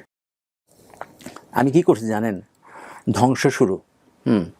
8টা ক্লায়েন্ট থেকে 6টা ক্লায়েন্ট নষ্ট হয়েছে এক বছর আমি অফিসে যাতায়াত করছি, বাসায় গেছি, একটা মানুষের সাথে কথা বলি নাই। এই বিষয়টা যদি আমি আপনাকে বলি, আমি জানি না, আমি 1 মিনিটে আপনাকে একটা গল্প বলি। সেটা হচ্ছে যে আমার একটা কাজিন আছে, ফুফাতো বোন। ও আপনার ওর মার সাথে ইন্টারভিউ দেওয়ার জন্য বাংলাদেশে, ঢাকাতে একটা ইউনিভার্সিটিতে আসে। ও কুমিল্লা থাকে। ঢাকা ইউনিভার্সিটিতে আসার পরে ওই সময় এই ঘটনাটা ঘটেছিল যে লিফটের তার ছিঁড়ে কিছু মানুষের মৃত্যু হয়েছিল। ওই সময় খুব বড় একটা দুর্ঘটনা হয়েছিল। ওইখানে আমার ফুপুটার মারা যান। ফুফাতো বোন মারা যান, ফুফাতো ভাইয়ের বউ আর ফুফাতো ভাইয়ের মেয়ে আর মা একসাথে ছিল আর কি, ওখানে মারা যান লিফটের তার ছিঁড়ে। মেয়েটা তখন নিচে দাঁড়ানো ছিল। ওই অবস্থার মধ্যে সে লিফটটা খোলার পরে দেখলো তার মা মারা গেছে। এই ঘটনাটা তার ভিতরে কি স্ট্রাইক করছে জানি না, কিন্তু একটা পর্যায়ে গিয়ে তার ব্রেনটা ড্যামেজ হয়ে যায়, নষ্ট হয়ে যায়, এবং সে বারবার শুধু বিড়বিড় করে একটা কথা বলতে থাকে যে আমার কারণে আমার মা মারা গেছে। মানে তার রেজাল্ট শিট আনার জন্য উপরে গেছিল। তো এরপরে কি হয়েছে জানেন, বড় বড় ডাক্তাররা চেক করার পরে দেখা যাচ্ছে যে এই মেয়েটার ব্রেন থেকে ছোট ছোট সেল থেকে রক্তক্ষরণ হচ্ছে। এখন আমার প্রশ্ন হচ্ছে কি ভাই, অ্যাক্সিডেন্ট তো তার মার হয়েছে, তো রক্তক্ষরণ তার হচ্ছে কেন? এই মেয়েটা আজকের দিন পর্যন্ত জীবিত আছে, বাট ক্লিনিক্যালি ডেড। কুমিল্লাতে থাকে, 24 ঘন্টা একটা নার্সের আন্ডারে থাকে। ও শুধু তাকায় থাকে, কিছু বলতে পারে না এখনও এই অবস্থাতে। আমি মাঝে মাঝে যাই তাকে দেখতে, কারণ আমার লাইফটা এরকম। এখন আশা করি বুঝতে পারছেন যে আমার সিচুয়েশনটা কী হয়েছিল। ঠিক ওই ঘটনাটা ঘটছিল। আমি আমার 2টা বড় বড় গাড়ি বিক্রি করে ফেলছি। কেন বিক্রি করছি?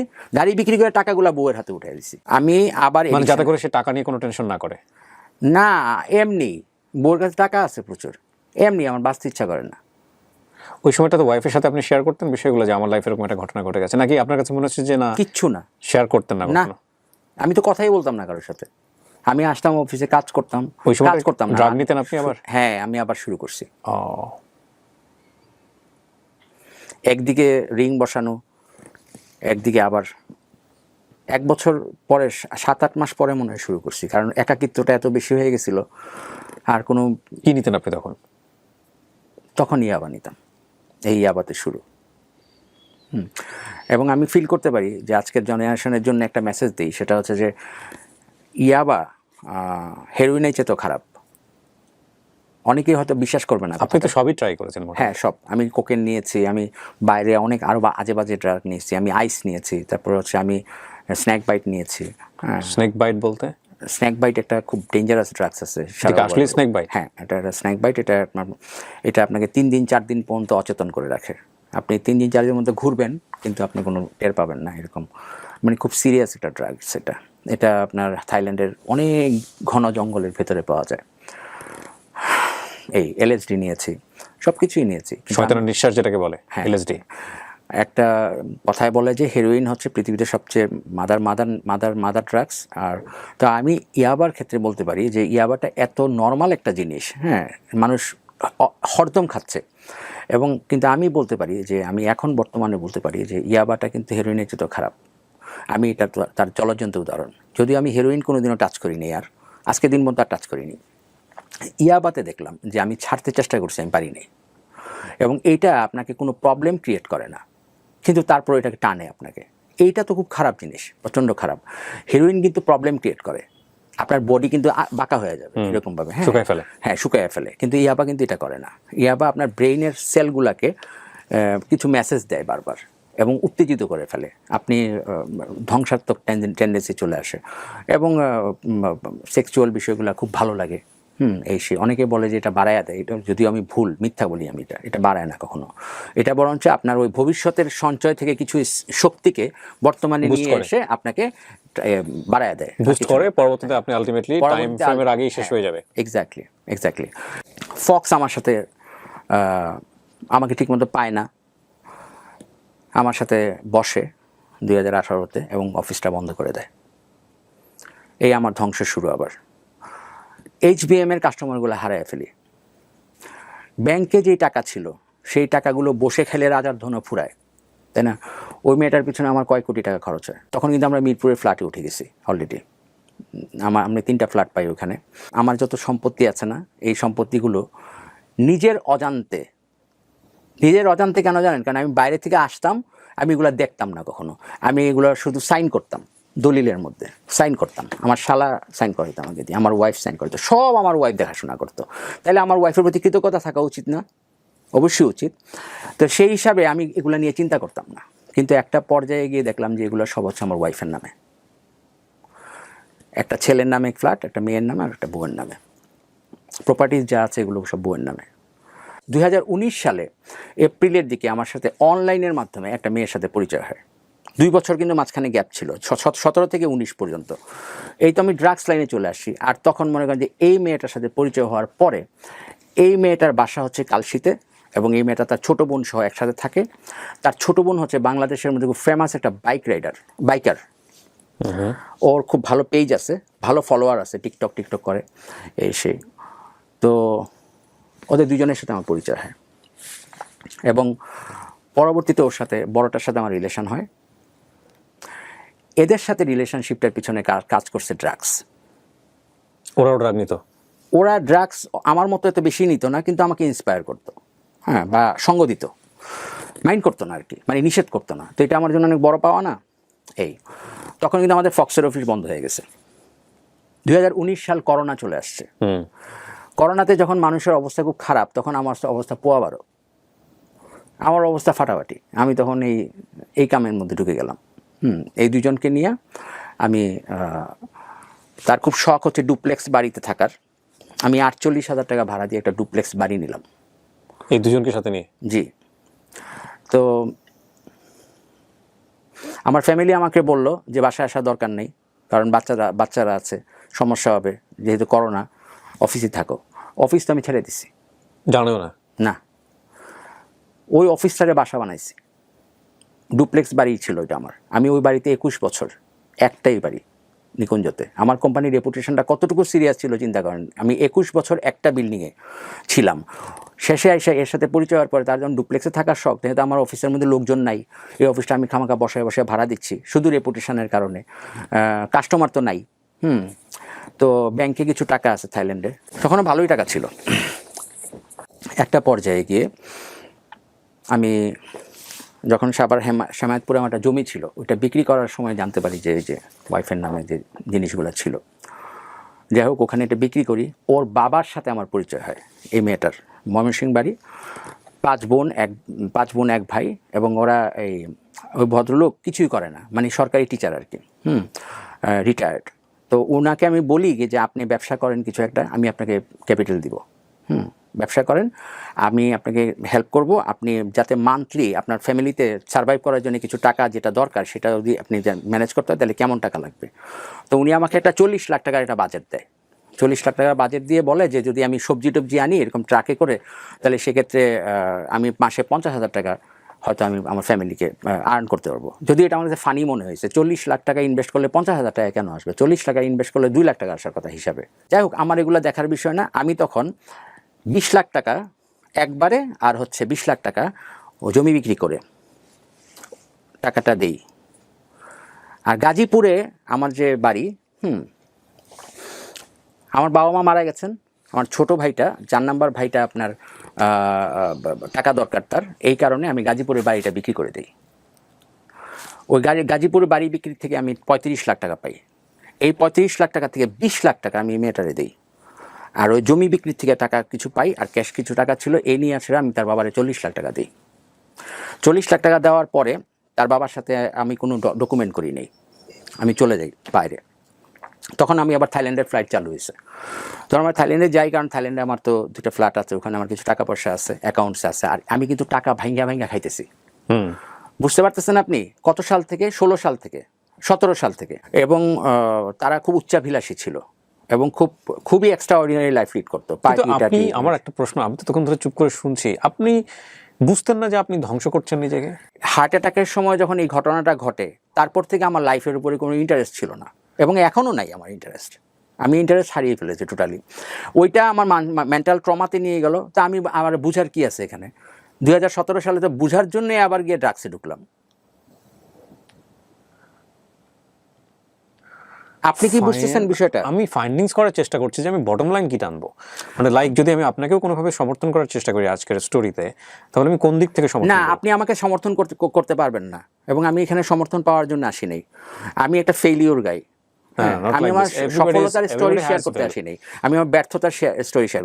একটা জিনিস ভাইয়া জানেন, যখন একটা মানুষ তার নিজের সম্পর্কে বলতে যায়, সে কিন্তু নিজেকে সাপোর্ট করে বলে সবসময়। না, আপনি সেটা করছেন না। হ্যাঁ, আমি প্রথম থেকে বলে নিচ্ছি যে আমি ফ্যামিলিতে সময় দিতে পারি নাই, আমার ফ্যামিলির প্রতি আমার কোনো রাগ নাই, আমার ফ্যামিলি আমার প্রতি যথেষ্ট আমাকে ফিডব্যাক দিয়েছে। এই মেয়েটার ক্ষেত্রে আমার গিয়ে আসলে ওই কষ্টটা হয়েছে, দুঃখটা হয়েছে, কিন্তু আমি এগুলোকে অত বেশি সিরিয়াসলি নেই কোনোদিনও। আর আমার ভিতরে একটা প্রবলেম ছিল, আমার অ্যাটিটিউড প্রবলেম ছিল, আমি ডোন্ট কেয়ার একটা অ্যাটিটিউড ছিল আমার ভিতরে ইগোইস্টিক্যাল একটা পার্সোনালিটি, মানে মাল্টি কমপ্লেক্স পার্সোনালিটি বিরাজ করতো আমার ভিতরে। থাইল্যান্ডের কথা বলছিলেন আপনি? হ্যাঁ, আমি থাইল্যান্ডে যাই তার বাবার সাথে, বাবাকে টাকাগুলো দেওয়ার পরে বাংলাদেশে আসি। তো ওরা একটা ডুপ্লেক্স বাড়ি নিয়ে থাকে, ওখানে কি করে মানে সিকিউরিটি আমাকে মাঝে মাঝে ইনফরমেশন দেয় যে এখানে লোকজন আসে, আমি ওই বিষয়গুলো খুব একটা কেয়ার করি না। এই মেয়েটাকে আমি 6 লক্ষ টাকা দিয়ে আমি একটা হোন্ডা নিয়ে দিই, তার ছোট বোনটাকে। দাম অনেক বেশি। কত সালে? 5,85,000 টাকা, 2019 সালে। অনেক দাম, ওরকমই ছিল দাম। হ্যাঁ, 2019। সো এই মেয়েটাকে কিন্তু আমার সন্দেহ হতো, মেয়েটা চাল চলনটা একটু অন্য, কিন্তু যেটার সাথে আমার অ্যাফেয়ার ছিল ওর চাল চলন ভালো ছিল। হ্যাঁ, ও খুব কনজারভেটিভ। এটা কি 2 বোন? ওরা 2 বোন, আপন 2 বোন। হ্যাঁ, বড়জনের সাথে আপনার অ্যাফেয়ার? বড়জনের সাথে আমার অ্যাফেয়ার, ছোটটাকে আমি ছোট বোনের মতো স্নেহ করতাম, একই সাথে থাকতো ওরা। একটা পর্যায়ে আমি জানি যে এই মেয়েটা প্রস্টিটিউশন ব্যবসার সাথে জড়িত, মানে ছোট বোনটা চালায়। জি, এবং তার সমাজে খুব বড় বড় ব্যক্তিদের সাথে ভালো পরিচয় আছে এবং সে খুব স্মার্ট এইসব ব্যাপারে। তো দেখেন, আমার তখন সন্দেহ হয় না যে ছোটটাও তাহলে বড়টাও তাহলে হয়তো এই লাইনে আছে।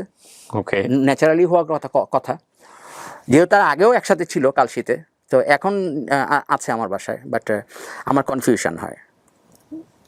পরে আমি জানতে পারি হ্যাঁ, মূল লিডারটা হচ্ছে উনি, আপনার গার্লফ্রেন্ড। জি, এবং ওরা নর্মাল কোনো প্রস্টিটিউশনের সাথে জড়িত না, ওরা হচ্ছে বিভিন্ন রকম প্রবলেমের সাথে জড়িত, বিভিন্ন ধরনের নেগেটিভ অ্যাক্টিভিটিসের সাথে জড়িত।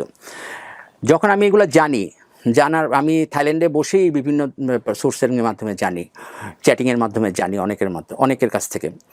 আমি থাইল্যান্ড থেকে বাংলাদেশে ব্যাক করে, হঠাৎ করে আমি একদিন থাইল্যান্ড থেকে বাংলাদেশে ব্যাক করে ওদেরকে না জানাই আমি ওদের গ্রামের বাড়ি যাই, ময়মনসিংহ। আমার তখন 40 লাখ টাকা আটকাইতে হবে, আমার কাছে মনে হয়েছে এরকম।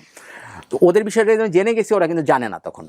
তো ওর বাবার সাথে আমি গিয়ে বসি, পান দোকানগুলো আছে না, যে কোনো বাসার সামনে থাকে, যে তো থানার পিছনে, হালুয়াঘাট থানার পিছনে তাদের বাসা, ওই দোকানগুলোর সাথে বসে বসে আমি দোকানদারের সাথে গল্প করে তার বাবার সম্পর্কে কিছু তথ্য জানতে চাই। দোকানে এক বাক্যে বলে যে এর বাবা তো হচ্ছে গ্যাম্বলার, জুয়ারি। হ্যাঁ, শুধু জুয়ারি না, সে ময়মনসিংহ থেকে ঢাকা আইসা ক্লাবের মধ্যে বসে বসে জুয়া খেলে, এবং সে একটা শিক্ষক। আমার সম্মানের জায়গাটা ছিল এই জায়গাটাতে, সে তার রিটায়ারমেন্টের টাকাগুলো সব নষ্ট করছে, তার মানে তো আমারটিও শেষ।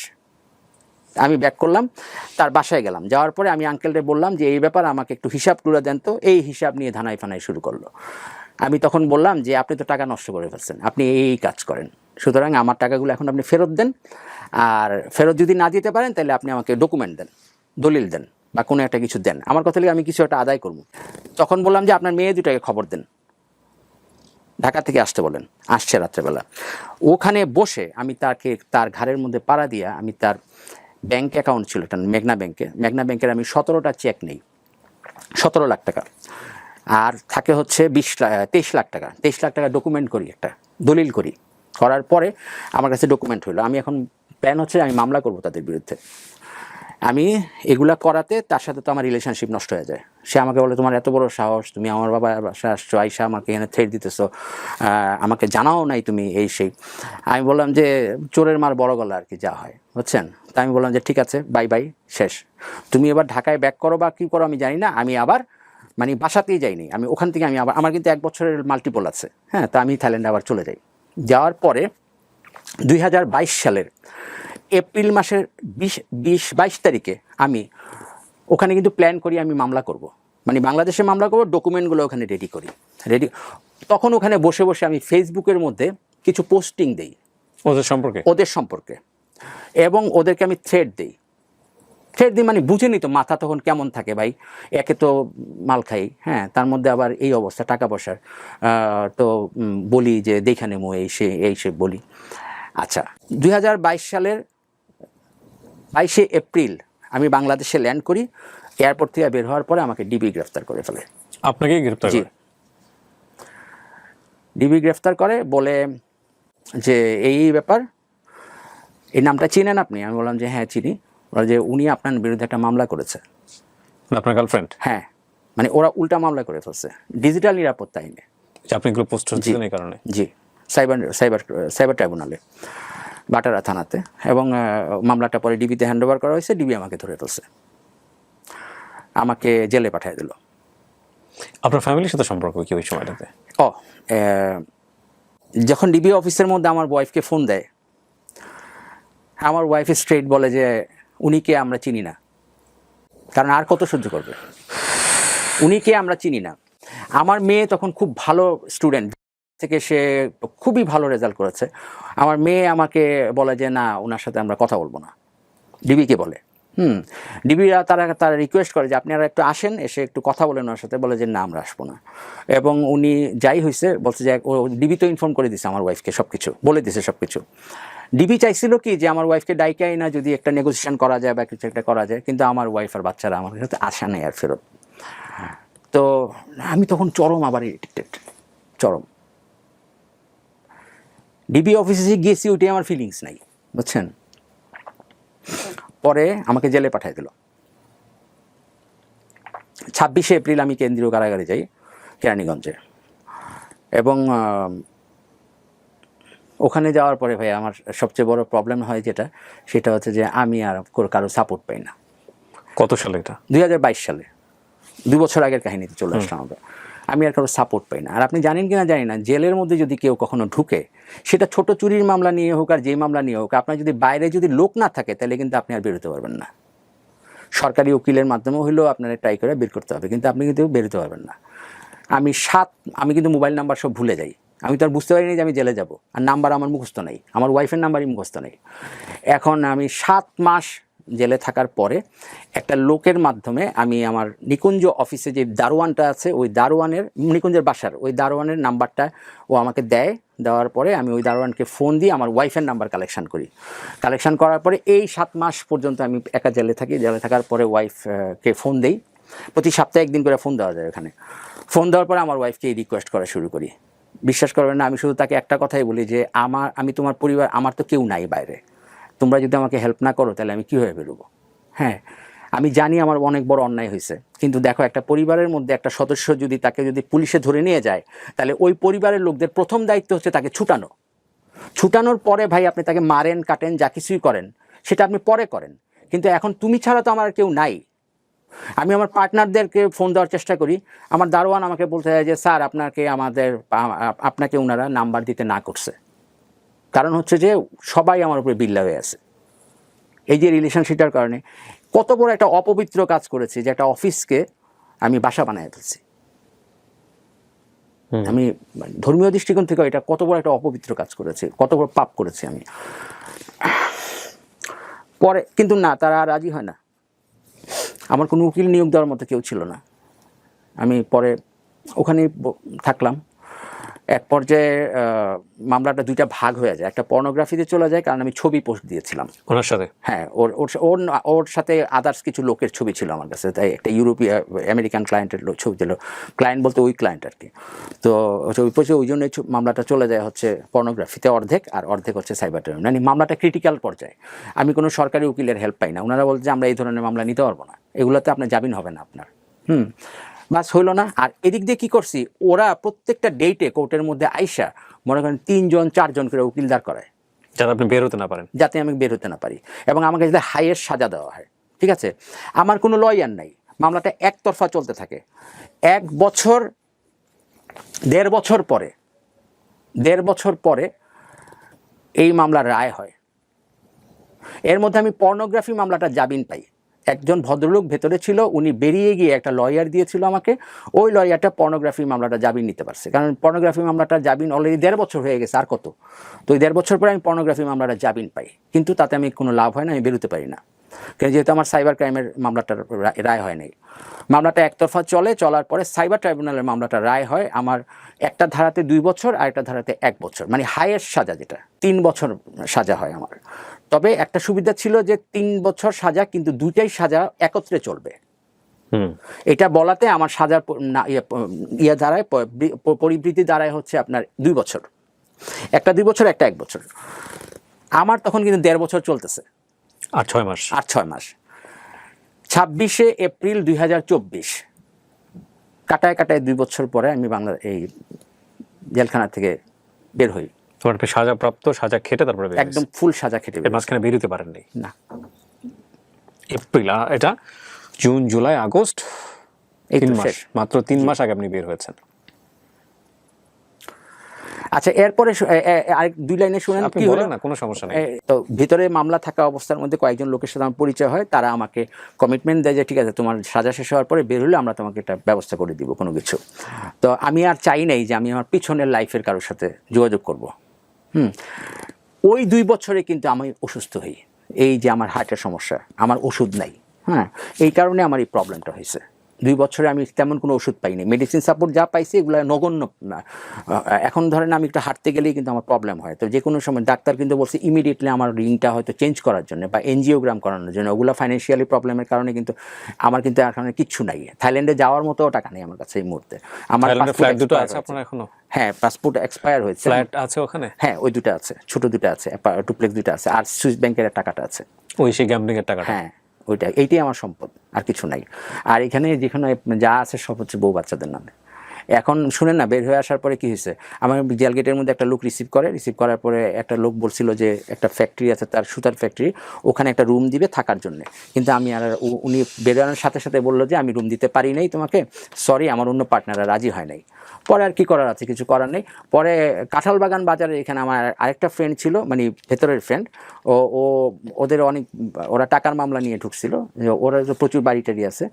ওকে ফোন দেওয়ার পরে ও আমাকে একটা রুম দেয়। ওই রুমের মধ্যে 3 জন মানুষ আমরা থাকি, কোনো ভেন্টিলেশন নাই। এরকম একটা সিচুয়েশনের মধ্যে আমি আপনাকে মেইল পাঠাই যে আমি যদি মরেই যাই তাহলে আমার লাইফের গল্পটা শেয়ার করে যাই। আর পিছনের মানুষগুলোর সাথে যদি যোগাযোগ করি তাহলে কিন্তু আমি মিনিমাম না হলেও 1 লাখ টাকা বেতনে চাকরি পাবো, আর কিছু না পারি গার্মেন্টস বাইং হাউসে। কিন্তু আমি কারোর সাথে যোগাযোগ করি না। এইখানে ভিতরে পরিচয় করা 2-3টা ছেলে আমাকে বলে যে ঠিক আছে আমরা একটা বাইং হাউস করব। মানে আমাকে নিয়ে তারা তখন বেশ ভালোই ছোড়াছুড়ি করছে। 2টা গ্রুপ হয় এখানে, 2টা গ্রুপই বলে যে ওরা আমাকে ফাইন্যান্সিয়ালি কিছু হেল্প করে, 5,000-10,000 টাকা করে দেয় ওইখানে থাকা আর ওষুধ কিনা। একটা ফ্রেন্ড আমাকে বিআরবি হসপিটালে ভর্তি করায়, যার কাগজ দেখালাম আপনাকে। সোহরাওয়ার্দী হসপিটালে ভর্তি করা একজনে, ওরও কাগজ দেখাইছে, আপনার এখানে দেখেন। তো এই সিচুয়েশনটার মধ্যে আমি আছি। আমাকে কিন্তু আপনার এখানে আসার আগে অনেকে, আমার কয়েকজন পরিচিত বলছিল যে না করার জন্য শুটা, কারণ হচ্ছে যে এটা আমার পার্সোনাল লাইফে ইফেক্ট করতে পারে। কারণ গার্মেন্টস বাইং হাউসের প্রফেশনে যারা জড়িত তারা এই সেক্টরটা কিন্তু অনেক ছোট একটা সেক্টর, এখানে একজন সবাইকে চিনে।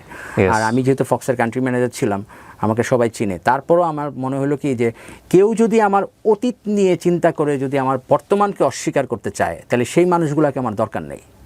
So you are bold enough to confess yourself. জেলখানার ভেতরে যদি 2 বছরে যদি একটা মানুষ আমার সাথে দেখা করতে না আসে, সেই মানুষগুলোর জন্য আমি আরজিকে বিয়ে শো ছেড়ে দেবো, আমার কিছুই যায় আসে না ওখানে। ওই মানুষগুলো আমার লাইফে থাকাও যে কথা, না থাকাও যে, আমাকে যে কেউ মেনে নেবে এখন, সেটা আমাকে, আমার ওয়াইফরা ফিরে আসলো না। এটা বললাম যে আমার ওয়াইফ আমাকে পাসপোর্ট, তারপরে আমার লাগেজ ভর্তি কাপড়, এগুলো সব ফেরত পাঠিয়ে দিচ্ছে। মানে আপনি জেল থেকে বেরোর পরে বাচ্চাদের দেখেননি? না, আমার সাথে ওরা আমাকে স্ট্রেট বলে গেছে যে আমি যদি যাই তারা 3 জনে আমাকে আত্মহত্যা করবে। আমি ঢাকায় 3টা ফ্ল্যাটের মালিক হওয়ার পরেও গরমের কারণে প্রবলেম হয় আমার। তো আমার ওয়াইফকে আমি আর বুঝাইতে পারিনি। এই অনুষ্ঠানটা যদি আমার ওয়াইফ দেখে, আমি তাকে একটা মেসেজ দিতে চাই। সেটা হচ্ছে যে ভাই, আমি তোমার পরিবারের একটা অংশ। আমি ওই যে একটা পরিবারের মধ্যে একটা মানুষ ভুল করছে এবং সে অন্যায় করছে, অনেক বড় অন্যায় করছে। আমি জেলের মধ্যে অনেক কিছু দেখছি, কত মানুষ কত বিয়ে শাদী করে ফেলছে। আমি তো এখন পর্যন্ত কোনো কাউকে বিয়ে করি নাই। হ্যাঁ, একটা অ্যাফেয়ার ছিল, এবং ওই জায়গাটার মধ্যে তোমার একটা জিনিস বোঝা উচিত ছিল, সেটা লেগে যে একটা মেয়েকে আমি এতগুলা টাকা দিলাম, টাকা দেওয়ার পরেও সেই মেয়েটা যখন উল্টা মামলা দিল, তখন তোমার বোঝা উচিত ছিল যে এখানে কোনো একটা কিন্তু আছে। তখন তোমার আমাকে হেল্প করা উচিত ছিল। আমাকে একটাবার তুমি দেখতে আসো নাই, লয়ার দাও নাই, কিছুই দাও নাই, আমি জামিনও পাই নাই। আমি আজকে ফুল সাজাটা খেটে বেরোলাম, বেরোনোর পরেও তুমি আমাকে বাসার মধ্যে আসতে দিচ্ছ না। বাসার মধ্যে আসলে সমস্যা হবে। আমি কিন্তু আজকে দিন তার যোগাযোগ করিনি। আমার ফ্রেন্ডরা আমার ওয়াইফের সাথে যোগাযোগ করছে, তা আমার বলছে যে আমাদের কোনো ইন্টারেস্ট নেই ওর ব্যাপারে। আমি পক্ষে বিপক্ষে কিছুই বলবো না, আমি শুধু একটা কথাই বলতে চাই যে উনি যদি যোগাযোগ নাও করেন, সেটার পিছনে শক্তিশালী যুক্তি আছে, অনেক অনেক। কেন বললেন আপনার এই গল্পটা আজকে? আমি টোটালি থান্ডার্ড, মানে আমি যাহা বলিব সত্য বলিব নামে একটা অনুষ্ঠান করতাম, তোর মনে আছে কিনা জানি না, এবিসি রেডিওতে করতাম, যাহা বলিব সত্য বলিব, না এবিসি রেডিওতে করতাম, হ্যাঁ যাহা বলিব সত্য বলিব। এরপরে এই অনুষ্ঠানেরই শুধু নামটা চেঞ্জ হয় ঢাকা ফেমেস সিক্রেটস নামে। ওখানে আমি অসংখ্য মানুষ যারা ক্রাইম করেছে তাদের গল্প এনেছি। আমি সোশ্যাল মিডিয়াতে সাধারণত চেষ্টা করেছি এই ধরনের গল্পকে অ্যাভয়েড করবার জন্য। আজকের গল্পটা আসলে কোন দিক থেকে ভ্যালুয়েবল এটা আমি আসলে বুঝে উঠতে পারছি না গল্পের শেষে এসে, কিন্তু আমি ঘোরের মধ্যে ছিলাম, বিলিভ মি। এবং যারা এই 1-1.5 ঘন্টা আমার সঙ্গে ছিলেন তারা প্রত্যেকেই একই কথাই বলবেন বলে আমার বিশ্বাস। আমি আপনাকেই জিজ্ঞেস করি, গল্পটা কেন বললেন? গল্পটা বলেছি দুইটা কারণে। ড্রাগস মানুষকে কোথা থেকে কোথায় নিয়ে যায় এই তথ্য আপনি আমাকে ফোনে বলেছিলেন না যে আপনার গল্পে কোনো মেসেজ থাকবে কিনা, তা আমার গল্পে এইটাই একটা মেসেজ আছে যে ড্রাগস ছেড়ে দিলে মানুষ কোথা থেকে কোথায় উঠতে পারে, এটাও আমি উদাহরণ। আবার ড্রাগসে ঢুকে গিয়ে মানুষ কোথা থেকে কোথায় চলে যেতে পারে, নেমে যেতে পারে। একই সাথে ভুল সম্পর্কটাও তো অনেক বড় একটা ব্যাপার। হ্যাঁ, আরেকটা হ্যাঁ, আপনার প্রথম যে সম্পর্কটা, আমি জানি আপনি you are very senior to me, মানে আপনি প্রথম যে সম্পর্কের মধ্যে জড়ালেন, যে মেয়েটাকে আপনি বললেন যে আপনি পাখা গজানোর সুযোগ দিলেন, এই ভুলটা ফার্স্ট ভুল, এটা একটা লার্নিং হতে পারতো, কিন্তু সেকেন্ড যে জায়গাটায় আপনি আবার এই ভুলটা করলেন, এটা ড্রাগসের কারণে। এটা ড্রাগসের কারণে হয়েছে, কোম্পানি থেকে আলটিমেটলি মুভ করে যাওয়া, একাকিত্ব থেকে। আর ওরা আমাকে ড্রাগস। আপনার ওয়াইফের সাথে কি আপনার কখনো ওই শেয়ারিং স্টেজটা কোনোদিনও ছিল না, যে লাইফের এই কমপ্লেক্সিটিগুলো আপনি ফেস করছেন? না। এবং সে শেয়ার কখনো চেষ্টা করেছেন আপনি যে শেয়ার করে? কখনো চেষ্টাই করেন নাই? কিন্তু তার সাথে আপনার সম্পর্কের জায়গাটা তো খুব সুন্দর ছিল। সম্পর্কের জায়গাটা অনেক ভালো ছিল, কিন্তু সমস্যাটা হয়েছে কি, এটাও একটা মেসেজ দিচ্ছি মানুষকে যে আপনি যত ব্যস্তই থাকেন না কেন, যত কোটি টাকার মালিকই হন না কেন, টাকা আপনাকে সুখ এনে দিতে পারে, আবার টাকা আপনার কাছ থেকে সুখ কেড়ে নিতে পারে। আপনি অবশ্যই আপনার পরিবারকে সময় দিবেন। আপনার ফ্যামিলিকে যদি আপনি সময় না দেন, আমার কাছে ভালোবাসার অর্থ কি জানেন ভাইয়া?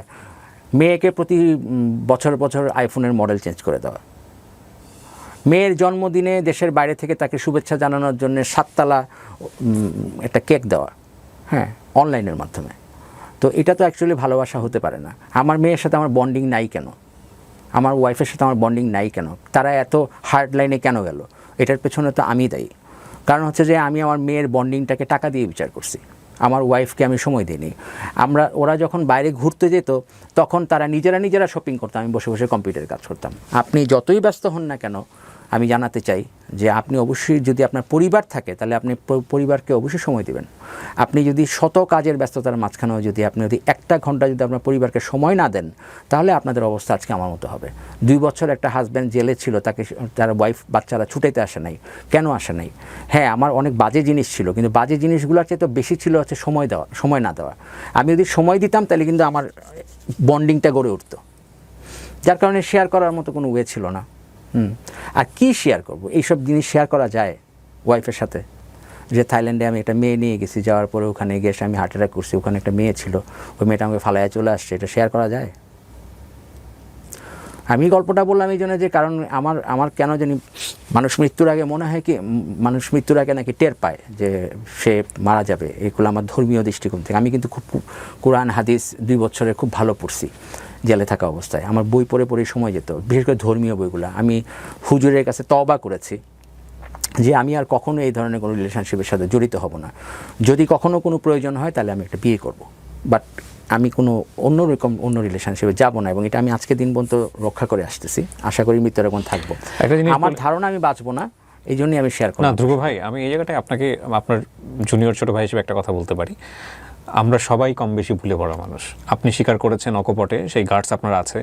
সোশ্যাল মিডিয়াতে আপনার গল্প শুনে অনেকে তুচ্ছতাচ্ছিল্য করবে এবং অনেকেই হয়তো বা তাদের জীবনটাকে সংশোধন করে নেবে। আমি পজিটিভটাই দেখতে চাই। যেহেতু আপনি জেল খেটে বের হয়েছেন, সাজাপ্রাপ্ত হয়ে বের হয়েছেন, সুতরাং সেই জায়গা থেকে আমার বলার কিছুই নাই। কারণ এটা যদি এমন হতো যে আপনার মামলাটা চলমান, তখন একটা কথা থাকে যে গল্প প্রচার করা যাবে কিনা। এখানে দেখেন কতটুকু সত্য বলেছেন, কতটুকু মিথ্যা বলেছেন, সেটা জাস্টিফাই হয়ে যায় যেহেতু সব দোষগুলো আপনি নিজের কাঁধে নিয়েছেন। সুতরাং এটাকে আর অন্য চোখে বাঁকা চোখে দেখার কোনো প্রয়োজন নাই। এবং আপনি খেয়াল করে দেখবেন আগাগোড়া উনি কারো কোনো ব্যক্তির নাম কোনো কিছু এখানে আনেন নাই, কারণ তাদেরকে তিনি ছোট করতে চান নাই, তার নামের সাথে জড়িত করতে চান নাই। আপনার জীবনের যতটুকু পরিমাণ আপনি ভুল করেছেন এবং দুনিয়াবি যে পরিমাণ আপনি সাফার করছেন মানসিকভাবে, এটা এক্সপ্রেস করা যাবে না, দেখানো যায় না কাউকে। আপনার সন্তান আছে, আপনি তাদেরকে পান না। আপনার স্ত্রী আছে, সে আপনার পাশে দাঁড়ায় না। আপনার প্রচুর প্রপার্টি ছিল, কিন্তু আপনি এখন এমন একটা জায়গায় থাকেন যেখানে আপনার এসি নাই। এগুলো দুনিয়াবি সাজা, অবশ্যই সাজা, কিন্তু এখানেও আপনার সেলফ রিয়েলাইজেশন যে ভুলগুলো আপনারই। এখন আপনি তো আল্লাহ বিশ্বাস করেন definitely। অবশ্যই আমি নামাজ পড়ি পাঁচ নামাজ ওয়াক্ত। পাঁচ ওয়াক্ত, আলহামদুলিল্লাহ। তো সেই জায়গা থেকে আমি আপনাকে বলবো যে এই যে মৃত্যু ভীতি বা মৃত্যু টেন্ডেন্সি যেটা আপনার মধ্যে কাজ করে, এটা ইহকাল ধরেন আপনার নাই।